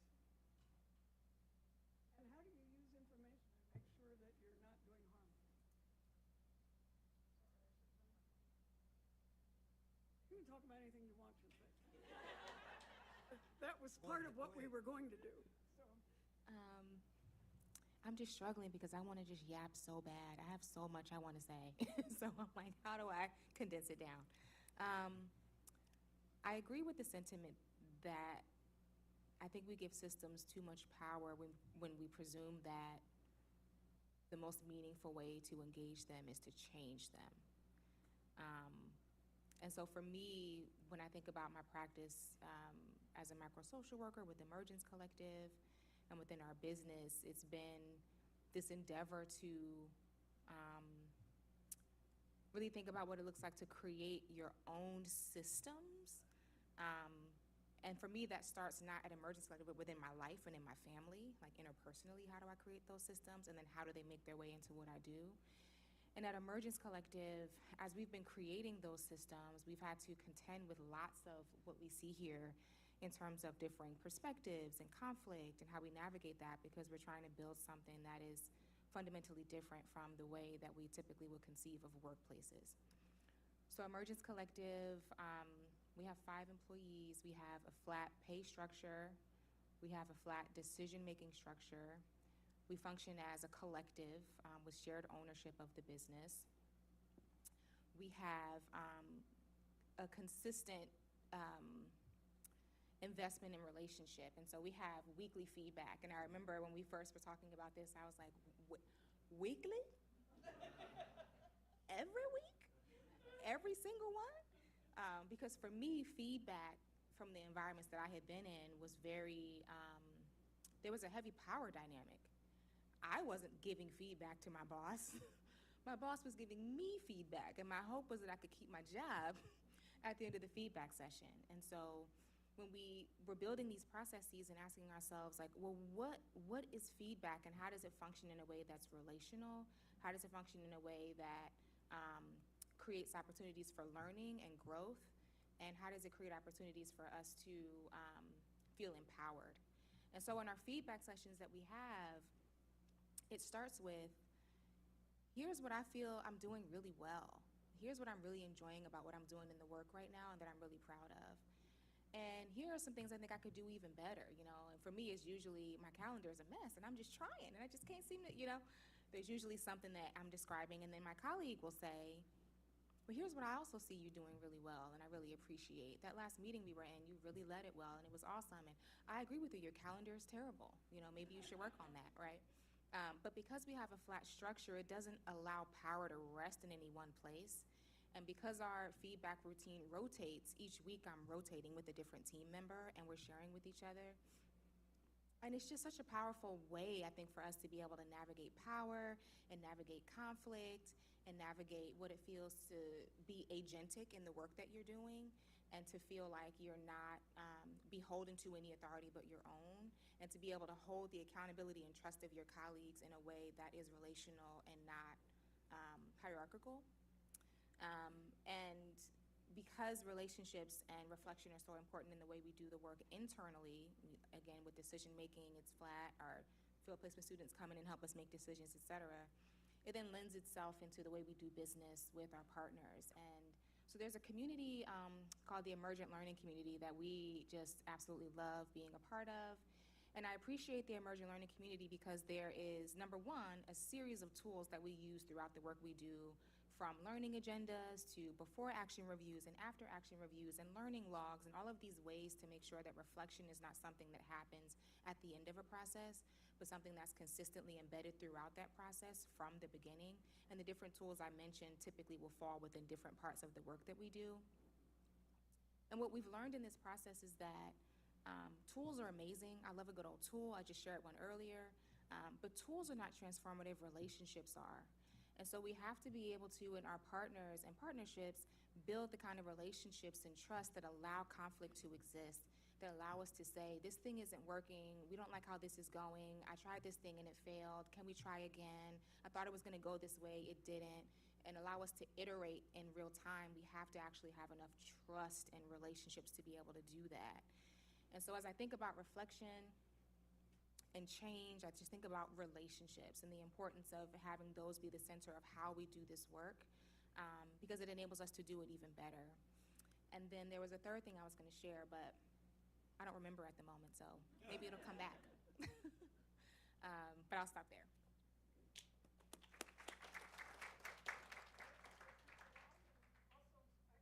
More about action steps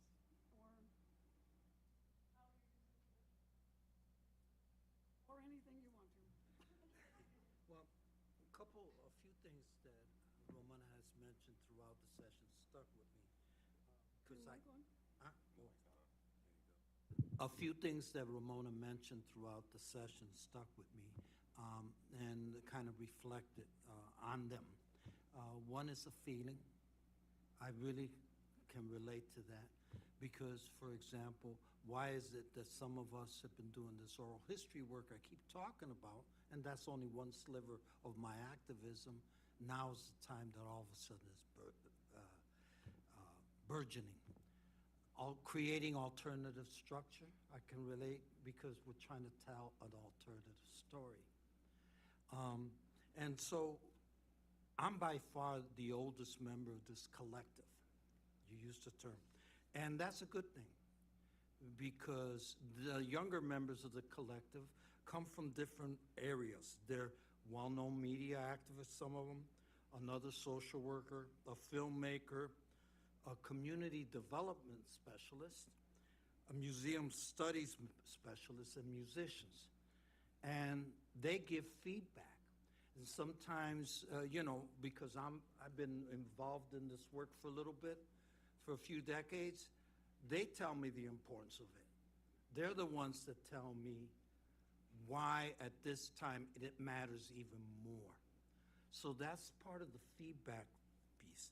But then how we implement that kind of understanding and take it into a broader version, I mentioned, or a broader understanding, workshops that we've had in the community and both at Wayne State here at the University of Michigan, targeting students for this work. A column written in a regular fashion for a community newspaper, now for 7 years. The expansion of a wide network of other people, and all of them give us feedback. They tell us what is next. Actually, we don't have staff, and the workload is high because the wish list is high. And so that's part of the reflection piece that helps us to understand what's possible and why now it seems really important.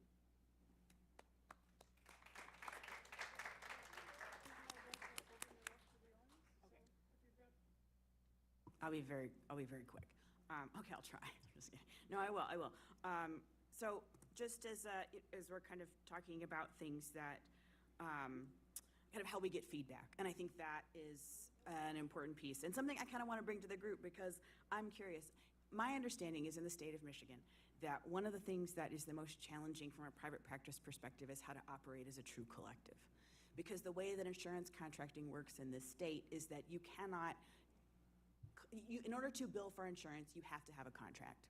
You cannot have a contract that is not through the license of somebody who is a licensed professional. So oftentimes what happens in the structure of private practice is that one person has to be the primary to set up the business in order for there to be insurance contracts, which automatically sets up a structure that really makes it challenging to operate as a true collective.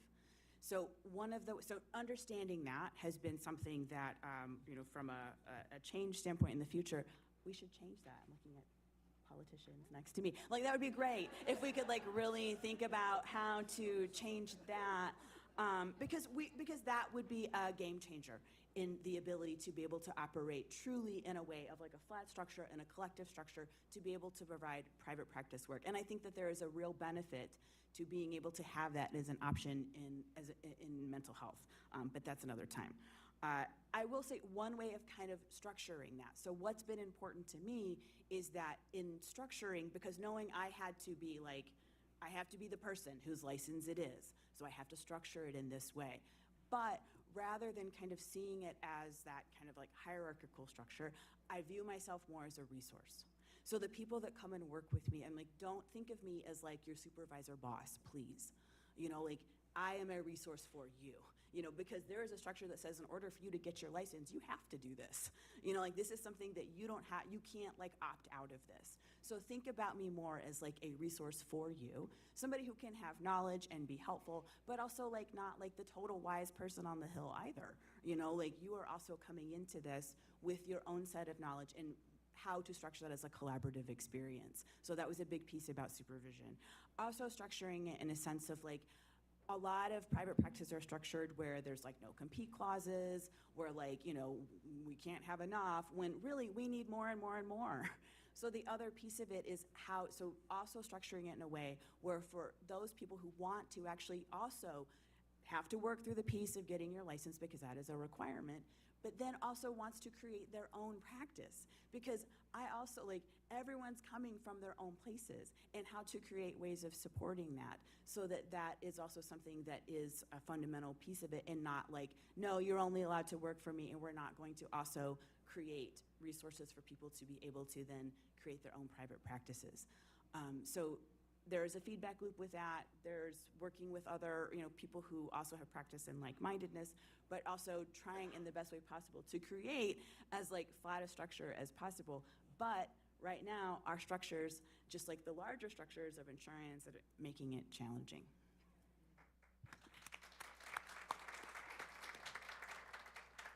I would just like to point out that they have just illustrated all of those different kinds of change.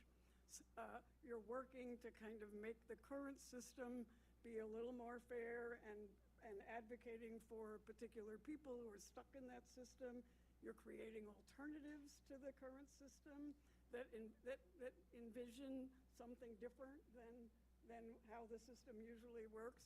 You're challenging the existing practices and trying to change them, and you've got a vision of what you'd like the world to look like. And those are all the dimensions of change that I just outlined, and you're all doing all of them. And you're amazing. So questions or comments or So I'm coming around with a microphone. So if you have a question, raise your hand and either I or my friend and colleague Charlotte will come and bring you one. Hi, I'm Brittany. Thank you all for the things that you shared today. As a social worker, I operate in one of the most pernicious structures there is, which is the criminal legal system. And I'm curious about what your thoughts are about how what critical justice might look like for the criminal legal system.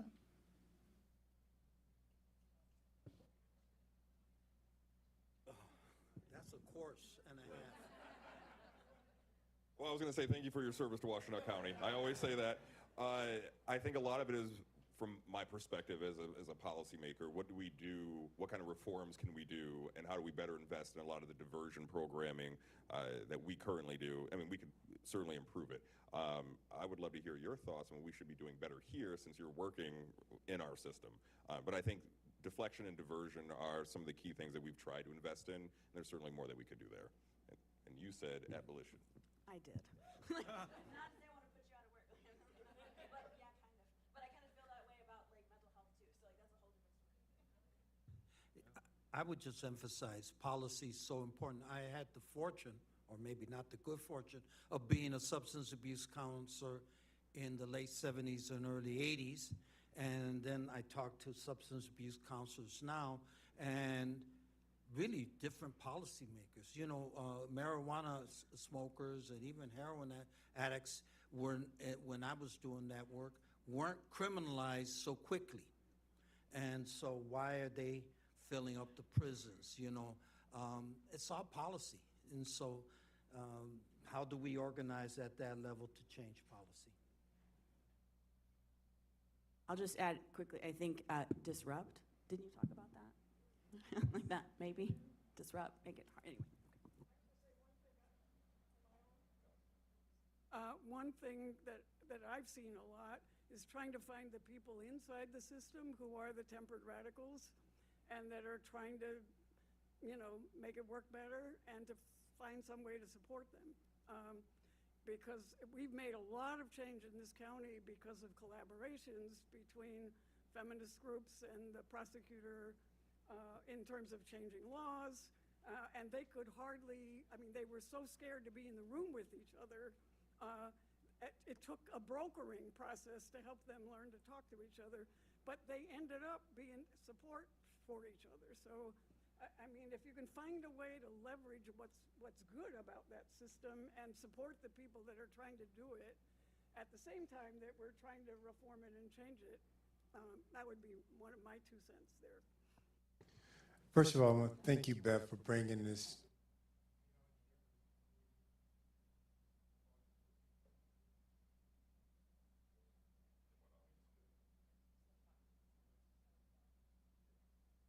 Thank you, Beth, for all you've done and bringing this amazing panel together. I mean,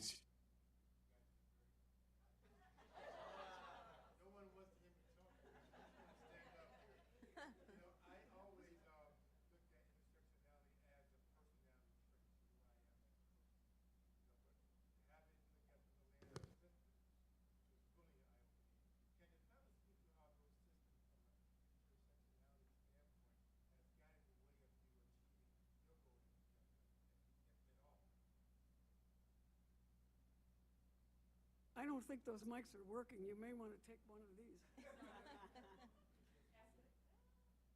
I know this one's working. So we got more people here. well, answer my questions first. I was worrying about the mic. You understand the question? You know, good questions require so much thought. I didn't want to just try to like gunsling it, but I think for me, what I have found is that the challenge of intersectionality and interfacing with systems has really been the limitations that I have placed on myself that kept myself out of those spaces. Because I found that although I may thought I didn't belong there, that when I showed up and I approached those systems, that I was able to manage in those systems, or I was able to work inside of those systems, or I was able to navigate those systems. For me personally, you know, there are, you know, just in just a real quick, being a you know, straight masculine black man, and coming from faith-based community, I haven't always, or every room I walk in social work, that isn't welcome. And when I say that isn't welcome, what I'm suggesting is I said that it wasn't welcome. But I would, so I limited myself, or I put myself in that box. But it wasn't until I decided throughout the time that I've been doing this work that I'm valued in this space, that I didn't allow my different intersections to limit me from interfacing with those systems.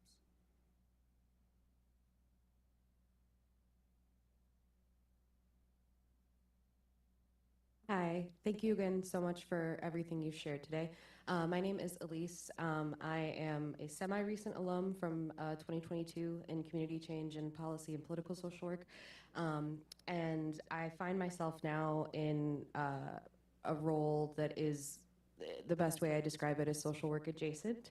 And so my question is what advice do you have for social workers that want to do this work, that want to engage in critical justice, when those same systems we're trying to fight are impacting you individually or forcing you to make decisions that prevent you from that work?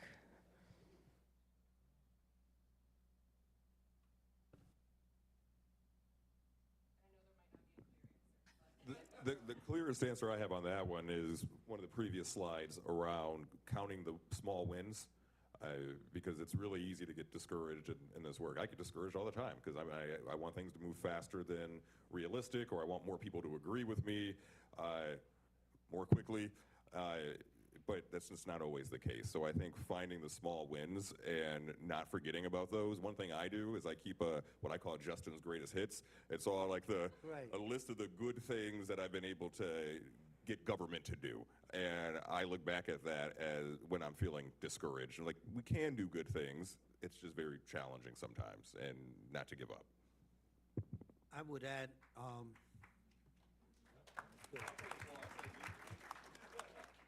add, and this has been mentioned a couple times, being kind to yourself. That's really important because you got to look at it as the long haul and develop a network of peers or like-minded people to bounce ideas and together, see if this can ever be a good fit for you. Sometimes you have to walk away. I have, but it hasn't been many, but I counted colleagues who I could bounce ideas off. I would add that I think you have to ask yourself, what are you defining as the work, and where does the work have to happen? Does the work have to happen in a professional space?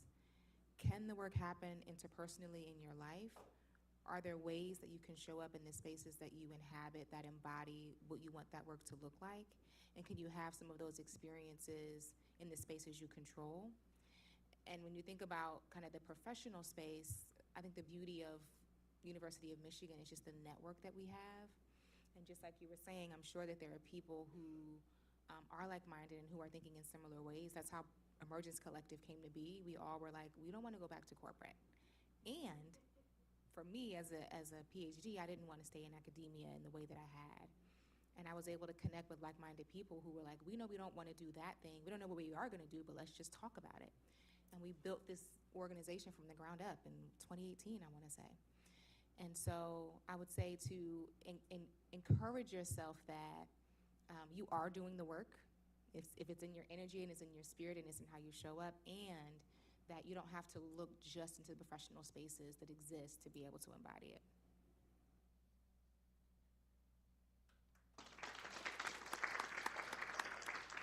I'll just quick add the negative side of things. No, I'm kidding. Don't be afraid to say no. As we talk about this tension, right, of it's okay to be critical too. If they're asking you to do something that you're like, I ethically do not agree with that, say that. Yes, is it risky? Is it always I could lose my job?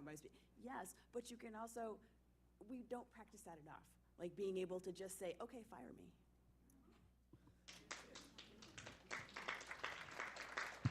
My name is Dale. I just have a quick thing for consideration. I think how something is packaged makes a big difference. You can build a movement for pro-choice, but it's not going to work to be pro-abortion.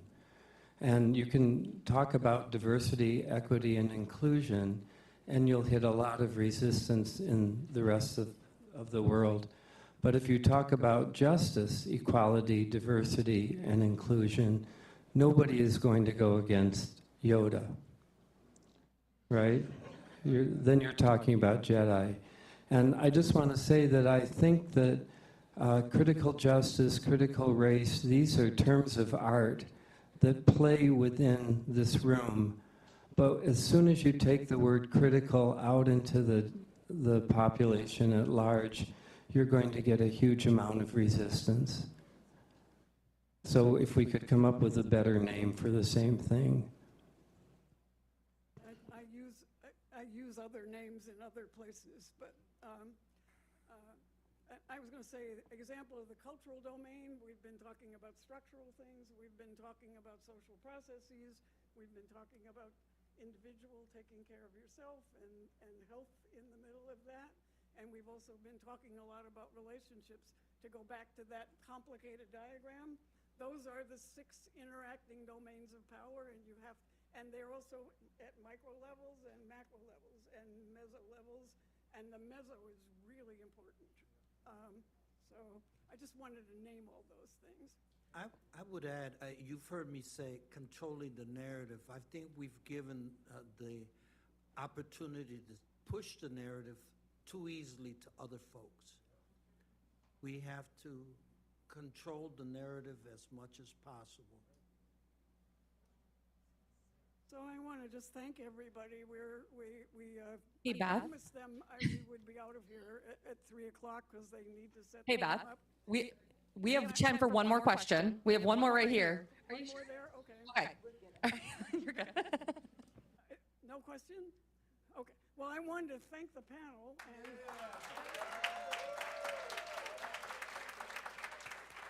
so there's a whole bunch of people in the room wandering around, Madison and Hala and the person who helped us with the continuing education credits. And all the facilities people that set up the room and are doing the recording and are about to set up the room again. So it's been a team effort, and I'm so thrilled you all came. Yes, Beth, it's an honor. Yes. All right. Well, thank you, T, Justin, Mary, Ramona, Ozzy, and Charles for participating in today's discussion and offering perspectives on how critical justice informs your work in each of your roles. And a very special thank you to Professor Glover Reed for not only all the work you did to make this presentation happen, but your lifelong commitment to educating people on the importance of critical justice.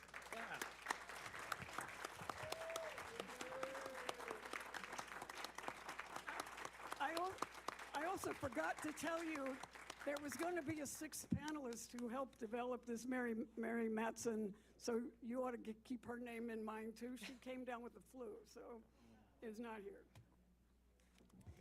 Well, we are very excited to celebrate you in 30 minutes. Okay, I have very important housekeeping notes before we wrap up. If you are here to receive CE, we ask that you please make your way out to the Commons. That is where you are going to sign out. You have to sign out to get your CE. So please make your way over there. We do have to very quickly flip this room. Panelists, if you all can sit where you are for 1 second, and then we're good. Thank you, everyone, for attending.